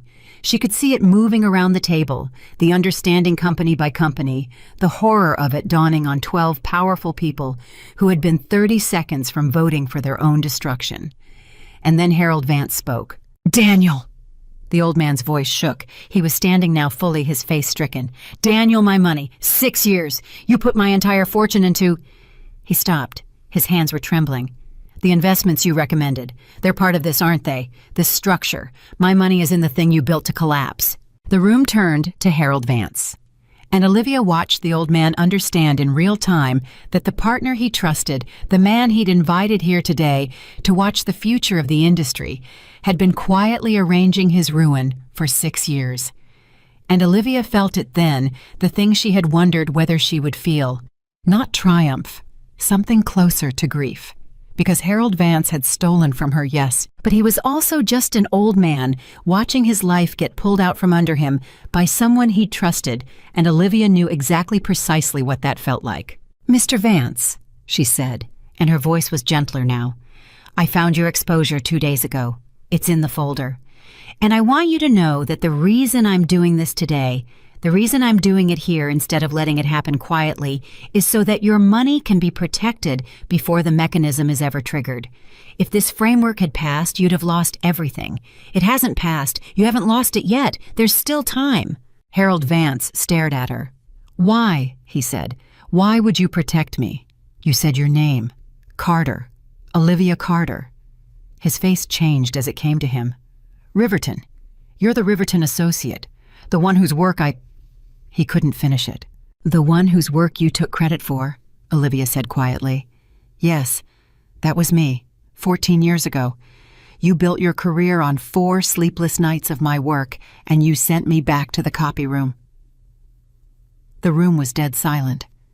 "And I could let this happen to you. I could stand here and watch Daniel take everything from you and call it justice. But I'm not going to, because I'm not him, and I'm not you. I'm going to protect your money, Mr. Vance, because it's the right thing to do, even though you never once did the right thing by me." She looked back at the table. "That's the difference between the people who build things to collapse and the people who fix what's broken. And it's the only difference that's ever mattered." Harold Vance sat down slowly, and he put his face in his hands, an old man undone, and Olivia turned away from him, because there was nothing more to say, and there was still one thing left to finish. Daniel. He was standing at the far end of the table, and he had stopped talking because there was nothing left to say, and Olivia watched him look around the room and understand finally completely what had happened to him. 12 companies staring at him in horror, the framework dead, the fraud exposed, Harold Vance broken, and the woman he'd thrown away 4 weeks ago standing at the other end of the table in the old coat he'd never bothered to notice having taken it all apart with her bare hands. "Olivia," he said. and his voice had changed completely now. The charm was gone. The confidence was gone. What was left was something she'd never heard from Daniel Mercer in 12 years of marriage. It was fear. "Olivia, listen to me. Whatever this is, whatever you think you found, we can talk about it. Privately, you and me. We were married for 12 years.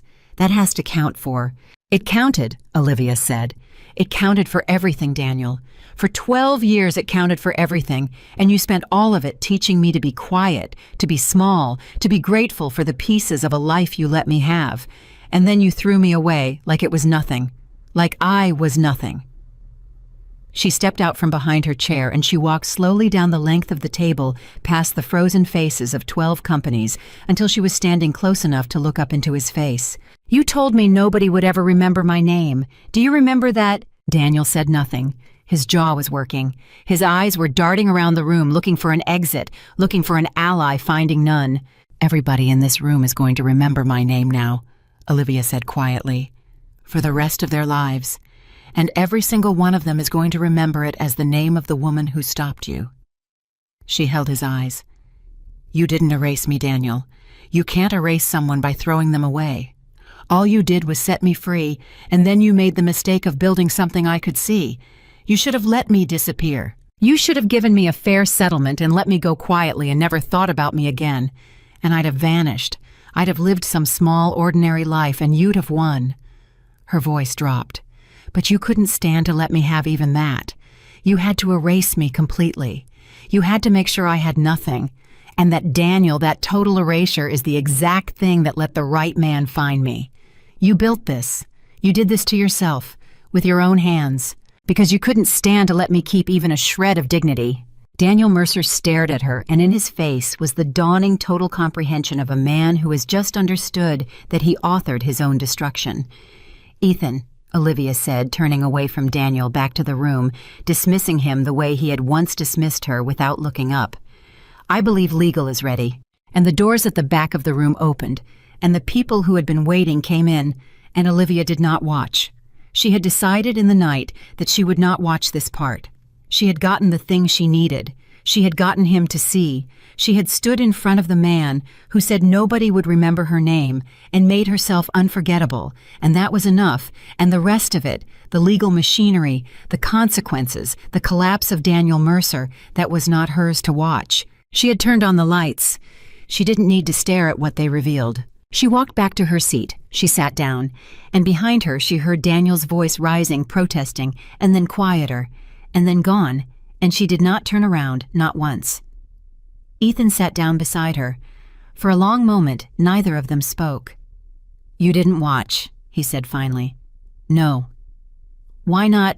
After everything, you earned the right to watch him go down." Olivia looked at her hands folded on the folder that had ended Daniel Mercer. "Because Delphine told me not to let the moment turn me into him," she said. "And watching a man get destroyed enjoying it, that's who he is. That's what he'd do. He'd watch. He'd savor it." She looked up. "I got what I needed. He saw me. He understood. That was never about hurting him, Ethan. It was about being seen by the one person who tried hardest to make me invisible. And I was. I'm done now." Across the room, Harold Vance was still sitting with his head in his hands, and Olivia got up and walked over to him, and she crouched down beside the old man who had stolen from her 14 years ago, and she put her hand on his arm. "Mr. Vance," she said, "come with me.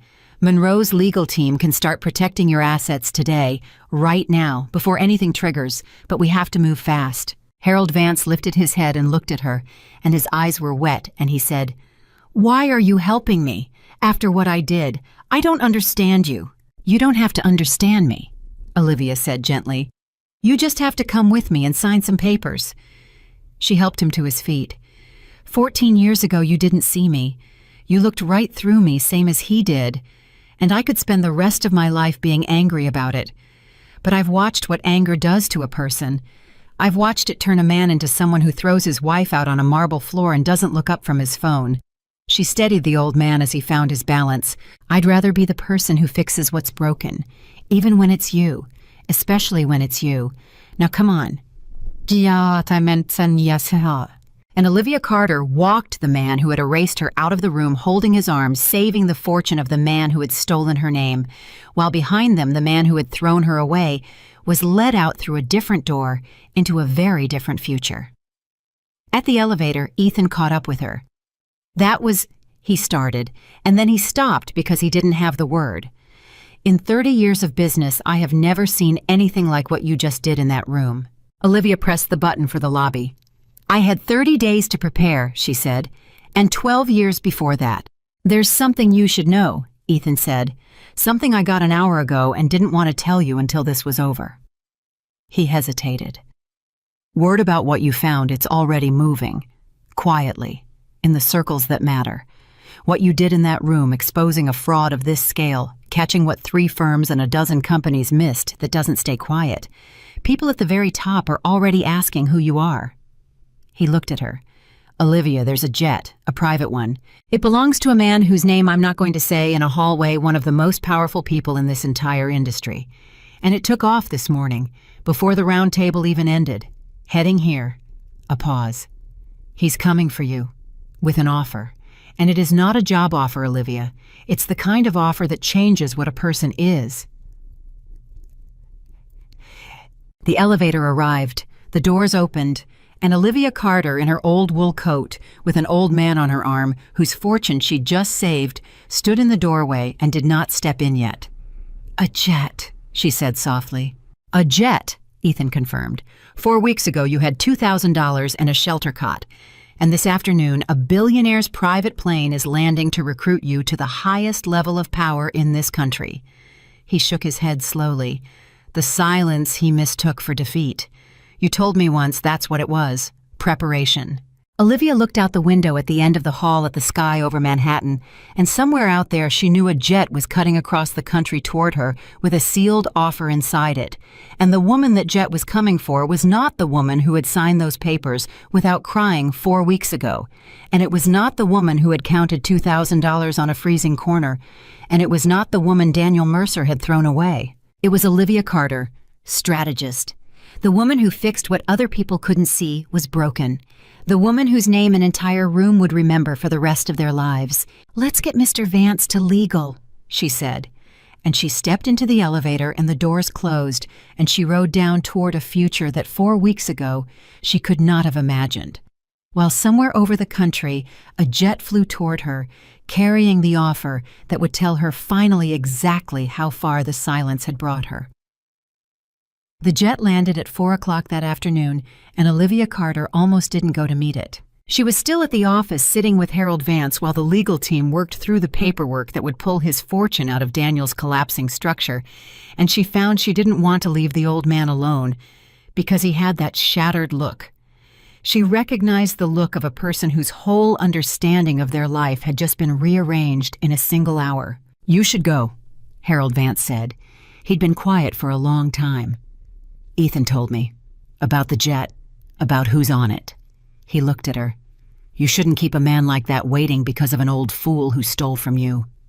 "The legal work matters more than the jet," Olivia said. "No, it doesn't." Harold shook his head slowly. "Ms. Carter, Olivia, can I tell you something? 14 years ago when I took your Riverton work, I told myself a story. I told myself you were young, that you'd have other chances, that one memo wouldn't matter to a girl with her whole career ahead of her. I told myself it wasn't really stealing because you'd land on your feet." His voice cracked. "And then you married Mercer and disappeared, and I never thought about you again. Not once. In 14 years. He looked down at his trembling hands. "And now I'm sitting here ruined, and the only person in that entire room who lifted a finger to save me is the person I wronged. Do you know what that does to a man? To understand all at once that the girl you erased grew up to be the only decent person in the room." Olivia was quiet. "Go meet your jet," Harold said. "The legal team knows what they're doing. I'll be here. I'm not going anywhere.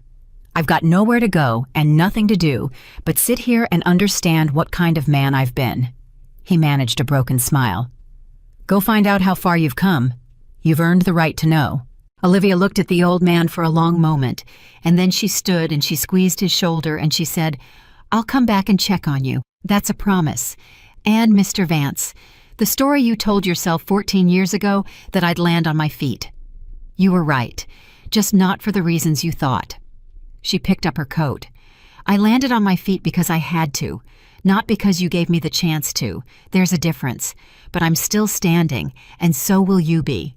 We'll make sure of it. She left him there and she walked out to meet the jet. Ethan drove her to the airfield himself, which surprised her, and on the way he told her the name. Finally, the name he wouldn't say in a hallway, and Olivia sat very still when she heard it, because it was a name that everyone knew, a name that appeared on buildings and in headlines.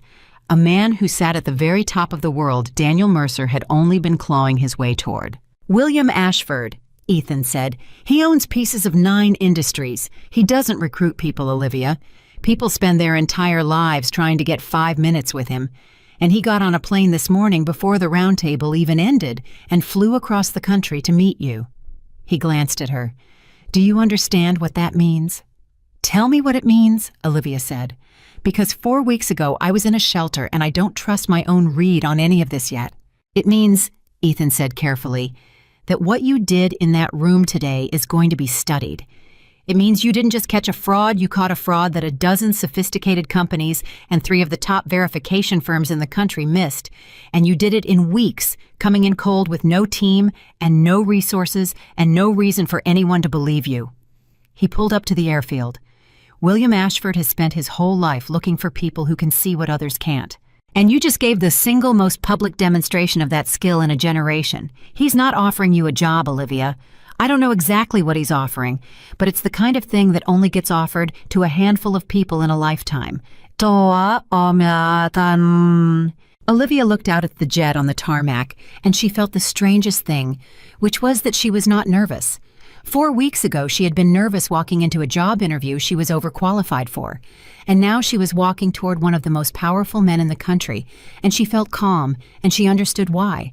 Because she had already survived the worst thing. She had already stood in front of the man who tried hardest to destroy her and taken him apart with her bare hands.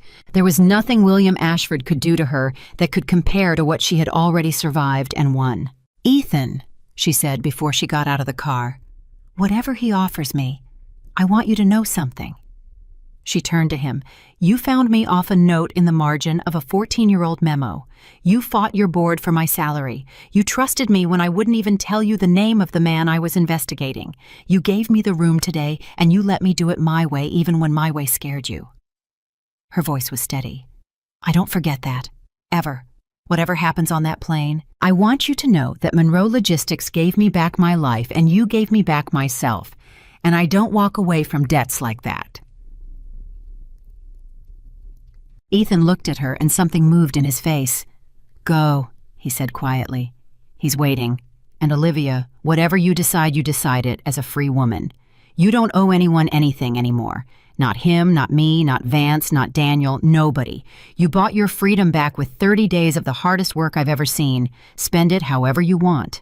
Olivia got out of the car, and she walked across the tarmac toward the jet in her old wool coat, and the door was open and the stairs were down, and a man was standing at the top.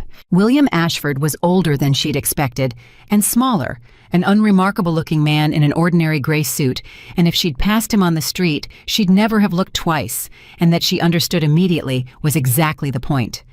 The truly powerful didn't need to look powerful. He watched her come up the stairs, and he studied her the way she studied a broken model, and when she reached the top, he did not offer his hand. He simply looked at her, and then he said the first thing. You wore the same coat. Olivia stopped. I'm sorry. You wore the same coat to the round table that you wore leaving your divorce 4 weeks ago. William Ashford's eyes were sharp and pale and missed nothing. I had someone pull the building footage from the day Mercer threw you out. Same coat. You could have worn anything today. Monroe offered you a wardrobe budget, I'd imagine, and you chose the coat he erased you in. He tilted his head. Why? And Olivia understood in that instant that this was the interview, that there would be no other questions, that everything William Ashford wanted to know about her, he was going to learn from the answer to this one thing. Because a symbol only has power if you know what it means, she said. Daniel never noticed what I wore. He never noticed anything about me that didn't serve him. So the coat meant nothing to him. but it meant everything to me. It was the last thing I owned from the life he took. She held Ashford's gaze. I wore it today so that when I took him apart, I'd feel the wool against my arms and remember exactly where I came from. I wore it so I wouldn't forget the shelter or the corner or the $2,000. I wore it because the woman in that coat is the one who did the work, and I wasn't going to let anyone dress her up into something else before she got her moment. She paused. You want to know who I am, Mr. Ashford? I'm the woman who kept the coat. That's the whole answer. William Ashford was silent for a long moment, and then slowly he smiled, and it was a real smile, the smile of a man who has found exactly what he flew across the country to find. Come inside, Miss Carter, he said. Let's talk about what you're going to do next. They talked for 2 hours. And it was not the conversation Olivia had expected, because William Ashford did not offer her a job, and he did not offer her a title, and he did not offer her a salary. What he offered her was harder to name and much larger. He told her about a fund he was building, a fund with capital measured in numbers that made the $400 million Daniel had tried to steal look like pocket change. And the purpose of the fund was to find companies that were dying without knowing why. Companies 6 weeks from bankruptcy that everyone had already written off, and to find the buried structural flaw that no one else could see and to fix it. Riverton over and over again at a scale that could touch entire industries. I've been looking for someone to run it for 3 years, Ashford said. Not a manager. Managers I can buy by the dozen. I need someone who can walk into a room full of numbers and see the thing that's hiding 3 layers down. I've interviewed 40 people. None of them could do it. He looked at her. And then this morning I heard about a woman who did it live in front of 12 companies to a fraud built by one of the cleverest men in the industry. So I got on a plane. He leaned forward. I want you to run the fund, Ms. Carter. Complete authority. Your team, your calls, your methods. I put up the capital and I stay out of your way. You'd be one of the most powerful people in American business inside of 2 years. A pause. That's the offer. Not a job. A kingdom. Gah. And Olivia Carter, 4 weeks out of a homeless shelter, sat in a private jet across from one of the most powerful men in the country and was offered a kingdom.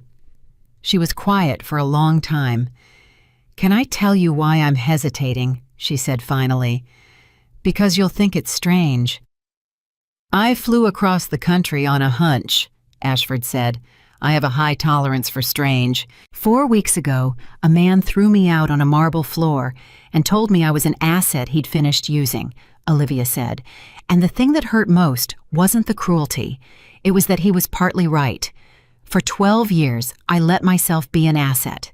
I let a powerful man decide what I was worth and what I was allowed to be, and I told myself it was love, and it wasn't, it was ownership. She met his eyes steadily. And now here you are, another powerful man offering me a kingdom. And it's a beautiful offer. But I have to ask myself, Mr. Ashford, whether I'm being offered a kingdom or being recruited into somebody else's. Whether in 2 years I'd be free or whether I'd just have a more expensive owner. She sat back. I spent 12 years as an asset. I've been free for exactly 4 weeks, and I find I'm not in a hurry to hand that freedom to anyone, not even for a kingdom, especially not for a kingdom. William Ashford looked at her for a long, long moment, and then he did something she did not expect. He laughed a short, surprised, delighted laugh, and he sat back in his seat. Do you know, he said, that in 3 years of interviews, 40 candidates, every single one of them said yes before I finished the sentence. They wanted it so badly they'd have signed anything. He shook his head. You're the first person to ask whether the crown comes with a collar, which is precisely exactly the reason you're the only person who should wear it. He leaned forward again. So let me change the offer. Not a kingdom I own and let you run. A partnership. You take a real stake. Real ownership. Not an asset, Miss Carter, an owner. If you ever want to walk away, you walk away and you take your share with you, and I can't stop you. You'd answer to no one, including me. He extended his hand finally. Is that a free enough offer for a woman who kept the coat? Olivia looked at the offered hand, and she thought about Delphine, who had said, Don't let the moment turn you into him. She thought about the corner and the $2,000.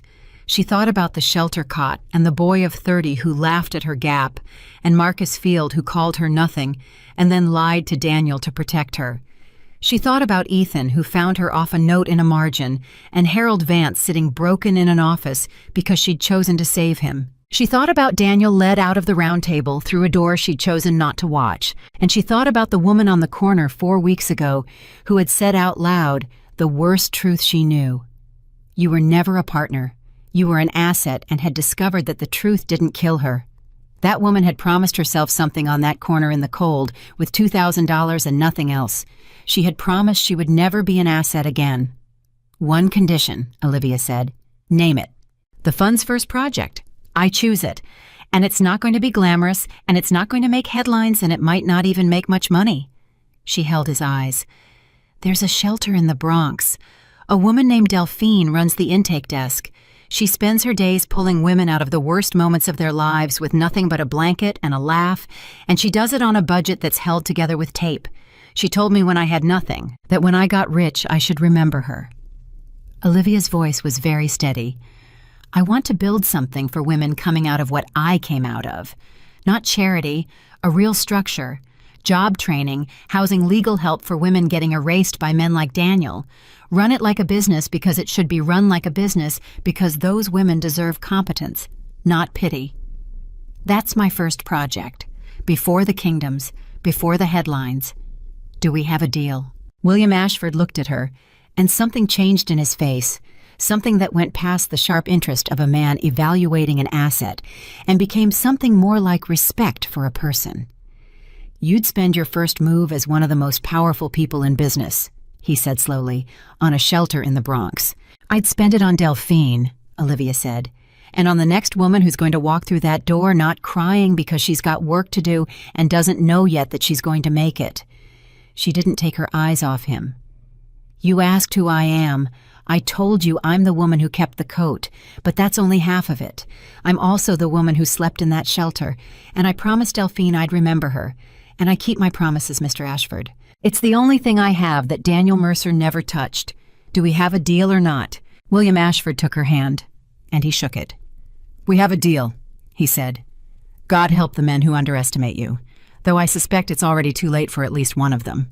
Olivia Carter shook the hand of one of the most powerful men in America, and she did it in a 6-year-old wool coat, and she did it on her own terms as a partner and not an asset, and somewhere below them, 41 floors up in a glass tower, Daniel Mercer's name was being scrubbed from the systems, and the accounts and the deals erased the way he had erased her, except that Daniel had done it to himself with his own hands because he could not stand to let a woman keep her dignity. She did not think about him again for a long time. The story got out of course. Stories like that always do.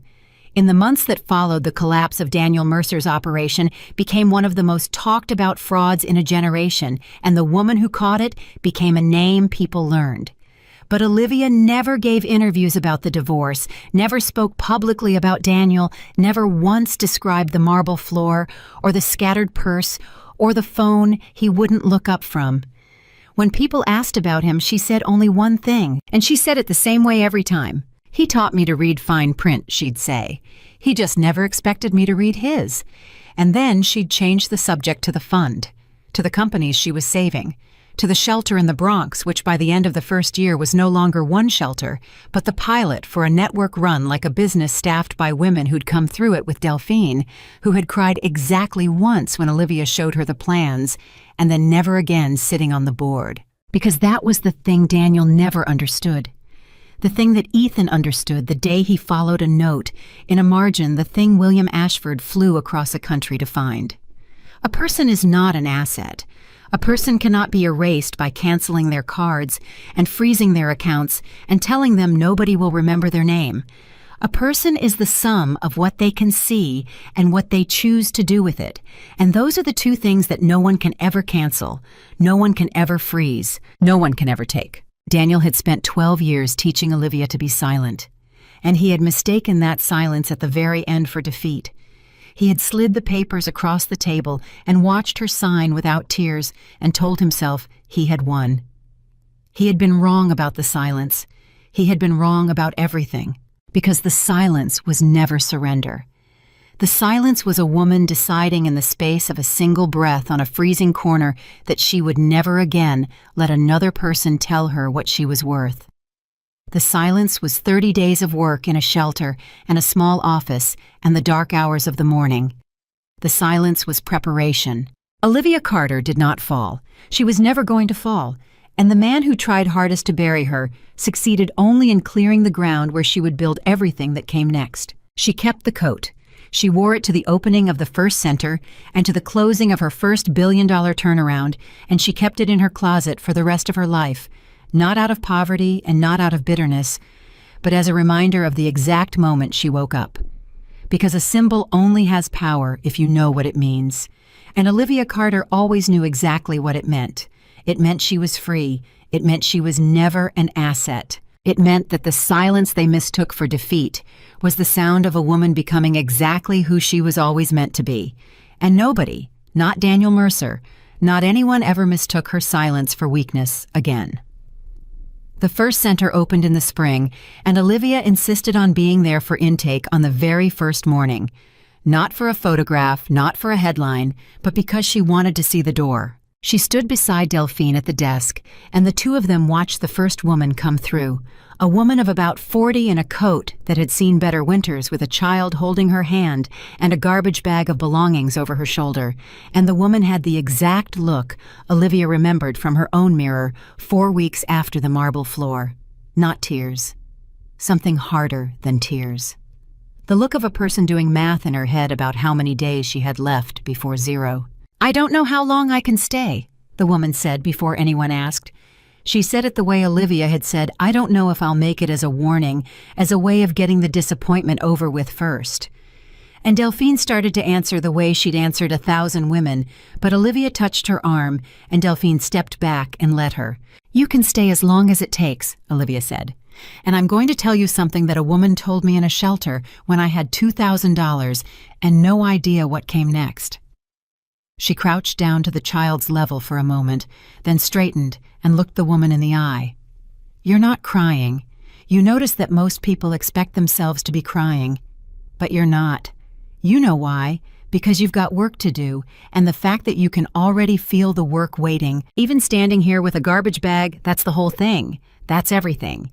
That's the part that's going to get you out." "Osama Andersjoten." The woman stared at her. "Who are you?" she said. "You don't look like you work here." "I slept where you're going to sleep tonight," Olivia said. "That's all you need to know about me. Delphine's going to take it from here. She's the wisest woman I've ever met, and if you listen to one person in the next 6 months, listen to her." She squeezed the woman's shoulder. "And when you're on the other side of this, and you're going to remember one name, not mine, hers, Delphine." Delphine behind the desk made a sound that in anyone else would have been a sob, and in her was mostly a laugh, and she said, "Lord, this woman. All right. Honey, come on. Let's get you a blanket and a bed and something to eat. And you," she pointed at Olivia, "you go run your empire and stop making me cry at my own desk." "How's the empire coming, Delphine?" Olivia asked, and it was their old joke turned inside out. "The empire's coming just fine," Delphine said, and this time she let the tears come 1 or 2 and didn't wipe them away. "Now go." Olivia went, but she came back every week for years, and she never once let anyone photograph it, and she never once mentioned it in an interview, because some things are not for the world, some things are only for the person you were and the person who pulled you out. The fund grew the way fires grow slowly at first, and then all at once. Olivia's first billion-dollar turnaround was a manufacturing company in Ohio that everyone in the industry had already buried a company 2 months from liquidation. And she walked into their situation room the way she'd walked into Monroe's conference room in the old wool coat, and she read the numbers off the walls, and it took her 3 days to find the flaw buried 4 layers down, and it was the Riverton flaw again. The intake ratios, again, the same beautiful, catastrophic, invisible mistake that everyone always missed because everyone always looked at what the numbers said instead of what they were hiding. 1,100 jobs that first time at Riverton, 2,300 jobs the second time in Ohio, 14 years later, and this time, nobody put another man's name on the report. This time the report said in the corner in her own handwriting, O. Carter and a date and a little note to herself. Check the intake ratios again, and this time the whole industry learned who wrote it. She thought about Harold Vance the day that turnaround closed. She'd kept her promise. She'd gone back and checked on him more than once in the weeks after the round table, and Monroe's legal team had pulled his fortune out of Daniel's collapsing structure with days to spare. He kept most of it.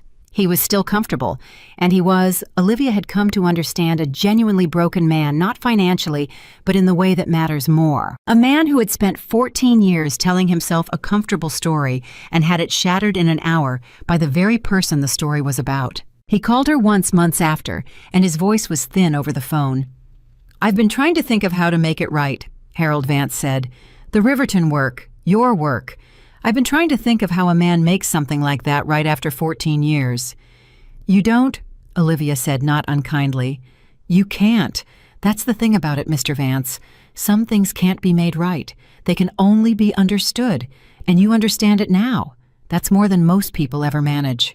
There must be something, he said. Money, a statement, anything. Tell me what to do. And Olivia thought about it, and then she said, There is one thing. You built a career on my work. Fine. It's done. But you have a name in this industry, and that name has weight, and young people listen to it. So use it. When you find the next kid, the next junior associate who stays up 4 nights and finds the thing nobody else can see, you put her name on her own report, and you say out loud to whoever will listen that you did it once the wrong way, and it was the great shame of your life, and you're not going to watch it happen again. Her voice was steady. That's how you make it right, Mr. Vance. Not with me, with the next one. You spend the rest of your name protecting the next Olivia Carter. Can you do that? There was a long silence on the line. And then Harold Vance said in a voice that broke halfway through, Yes, I can do that. I will do that. I swear it. And he did. He spent the last years of his career doing exactly that, and Olivia heard about it, sometimes heard about the old man who'd become fierce about credit, about attribution, about the invisible people in the copy room, and she never told anyone why, because that was his story to carry now, his penance to pay, and it wasn't hers to explain. As for Marcus Field, he stayed at Monroe, and he became, of all the strange things, one of Olivia's most trusted people. When the fund grew large enough to need a right hand who understood how frauds were built from the inside, she called him, and he left Monroe to join her. And the first thing he did in his new office was hang a framed page on the wall, and the page was blank except for one line, and the line said, Check the intake ratios. So I never forget, he told her that I almost didn't, that I almost buried the truth for a bonus, and that the person I tried to scare with 2 goons in her office is the reason I have a career at all. He looked at her. You could have destroyed me, Olivia. In that review room you had the whole board, and you could have ended me, and it would have been fair. Why didn't you? Because Delphine told me not to become the thing I was fighting, Olivia said. And because a person who almost did the wrong thing and chose the right one at the last second is worth 10 people who never got tested. You got tested, Marcus. You chose me over Daniel's money. That's who you are now. Don't waste it. Daniel Mercer. She learned about only in fragments, and she never went looking. The fraud case moved slowly, the way large cases do, and there were charges and there were proceedings, and the empire he'd built quietly over years came apart in public over months, and his name, the name that had been so heavy in her life for so long, became a byword in the industry for a particular kind of clever, hollow, self-destructing greed. Men studied his structure in business schools now, the way they'd once studied Riverton, except that they studied his as a warning. He reached out to her once, a letter on paper forwarded through Monroe. She recognized the handwriting on the envelope, and she held it for a long time before she opened it. And when she opened it, it was 3 pages, and it was everything Daniel had never been in 12 years of marriage. It was regret. It was apology. It was, she understood as she read it, an attempt, and she couldn't tell how much of it was real, and how much was a man in trouble reaching for the one person who'd proven she could see 3 layers down, and she supposed it didn't matter, because either way, the answer was the same. She wrote back 1 line. She'd learned from Ethan that 1 line in the right place could carry more weight than 3 pages. She wrote, You told me nobody would ever remember my name. You were the one who taught me to make sure they would. Thank you for that, Daniel. Goodbye. And she never wrote to him again, and she never read another word about him that she could avoid, because he had taken up 12 years of her life, and she was not going to give him a 13th, not even in hatred, because hatred is just another kind of ownership, and she was done being owned by that man in every form. The partnership with William Ashford lasted, and it lasted because he'd built it the way she demanded, as a partnership of owners, and not a kingdom with a collar. And there were years when she made him a great deal of money, and years when she spent it on things that made no financial sense at all: the centers, the training programs, the legal fund for women being erased by men who thought a canceled credit card could cancel a person. And Ashford never once complained, because he'd understood, on that jet, that the same eye that could see a buried flaw in a balance sheet could see a buried flaw in a life, and that Olivia Carter was going to spend her freedom fixing both, and that this was exactly why she was worth flying across a country for. "Do you ever think about it?" Ashford asked her once, years in, when the fund was one of the most respected in the country, and Olivia's name opened any door in the industry. "The day it all turned, the round table, the moment he looked up and saw you." "I don't think about the round table," Olivia said. "Everyone thinks that was the moment. It wasn't." She was quiet for a while. "The moment was a freezing corner 4 weeks before that, $2,000 in my hand. And I said out loud the worst thing I knew about myself, that I'd been an asset and not a partner, that he'd finished using me. I made myself say it. And when it didn't kill me, I understood I was free." She looked at Ashford. "Everything after that was just work. The round table, the fund, all of it. Just work. The moment I became who I am was the moment on the corner alone with nothing, when I decided the truth couldn't destroy me anymore. That's the only moment that ever mattered. Everything else is just what a free woman does with her freedom." Ashford nodded slowly. "You know," he said, "most people who go through what you went through, they spend the rest of their lives trying to prove something to the person who hurt them. And you don't. I've watched you for years now. You never once did anything for Daniel Mercer's benefit.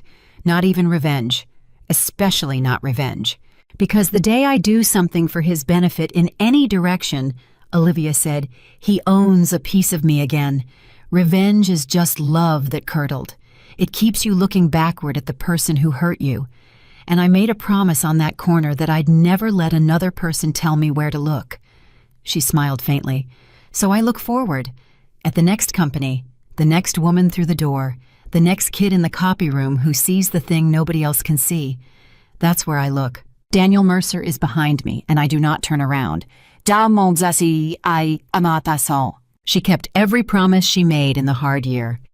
She kept the promise to Delphine, and the network of centers grew to 14 cities, before Delphine, older, now finally retired from the intake desk, to sit on the board full-time and tell everyone what to do, which she was extremely good at.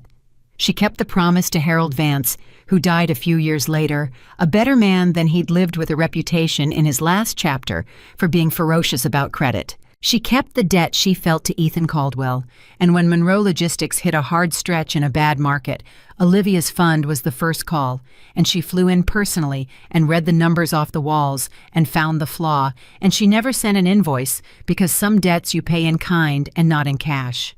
And she kept the coat. She wore it less as the years went on, because a woman in her position had reasons to dress the part, but she never gave it away, and she never let anyone throw it out.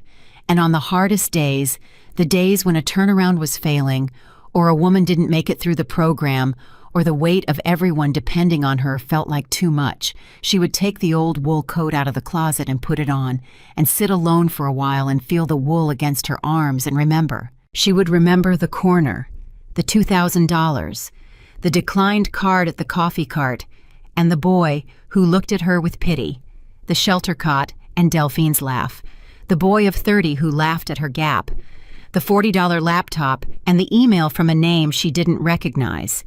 The email that said, "Your name means a great deal to me," from a man who'd spent 14 years remembering a note in a margin. She would remember signing the papers without crying while Daniel checked his phone. She would remember standing up in that round table and watching recognition come down over his face like a building collapsing. And she would remember the truth she'd learned on the corner, The truth she'd built the rest of her life on the truth that Daniel Mercer, for all his cleverness, had never once understood. You cannot erase a person. You can take their money and their home and their name off a credit card. You can throw them out on a marble floor and tell them nobody will remember them. But you cannot cancel what a person can see, and you cannot freeze what a person chooses to do, and those two things together are the whole of who someone is, and they belong to no one but the person themselves. Daniel had thought her silence was surrender. He had built his entire idea of his own victory on that mistake, and he had been wrong completely, and finally, and forever wrong, because the silence had never been surrender at all. The silence had been a woman on a freezing corner deciding. The silence had been 30 days of work no one saw. The silence had been the space in which Olivia Carter woke up and understood, for the first time in 12 years, that she had never actually needed anyone's permission to be exactly who she was. They came for her with a private jet in the end. One of the most powerful men in the country flew across an entire nation because a woman in a second-hand coat had done live and in public the one thing he'd spent 3 years and 40 candidates unable to find. And that jet was the world's way of telling her finally exactly how far the silence had carried her. But Olivia Carter had never needed the jet to tell her. She'd known on the corner. She'd known the moment the truth didn't kill her. She was never surviving. She was preparing. And the woman Daniel Mercer swore no one would remember became the name. An entire industry could not forget the name spoken in copy rooms and boardrooms and a shelter in the Bronx.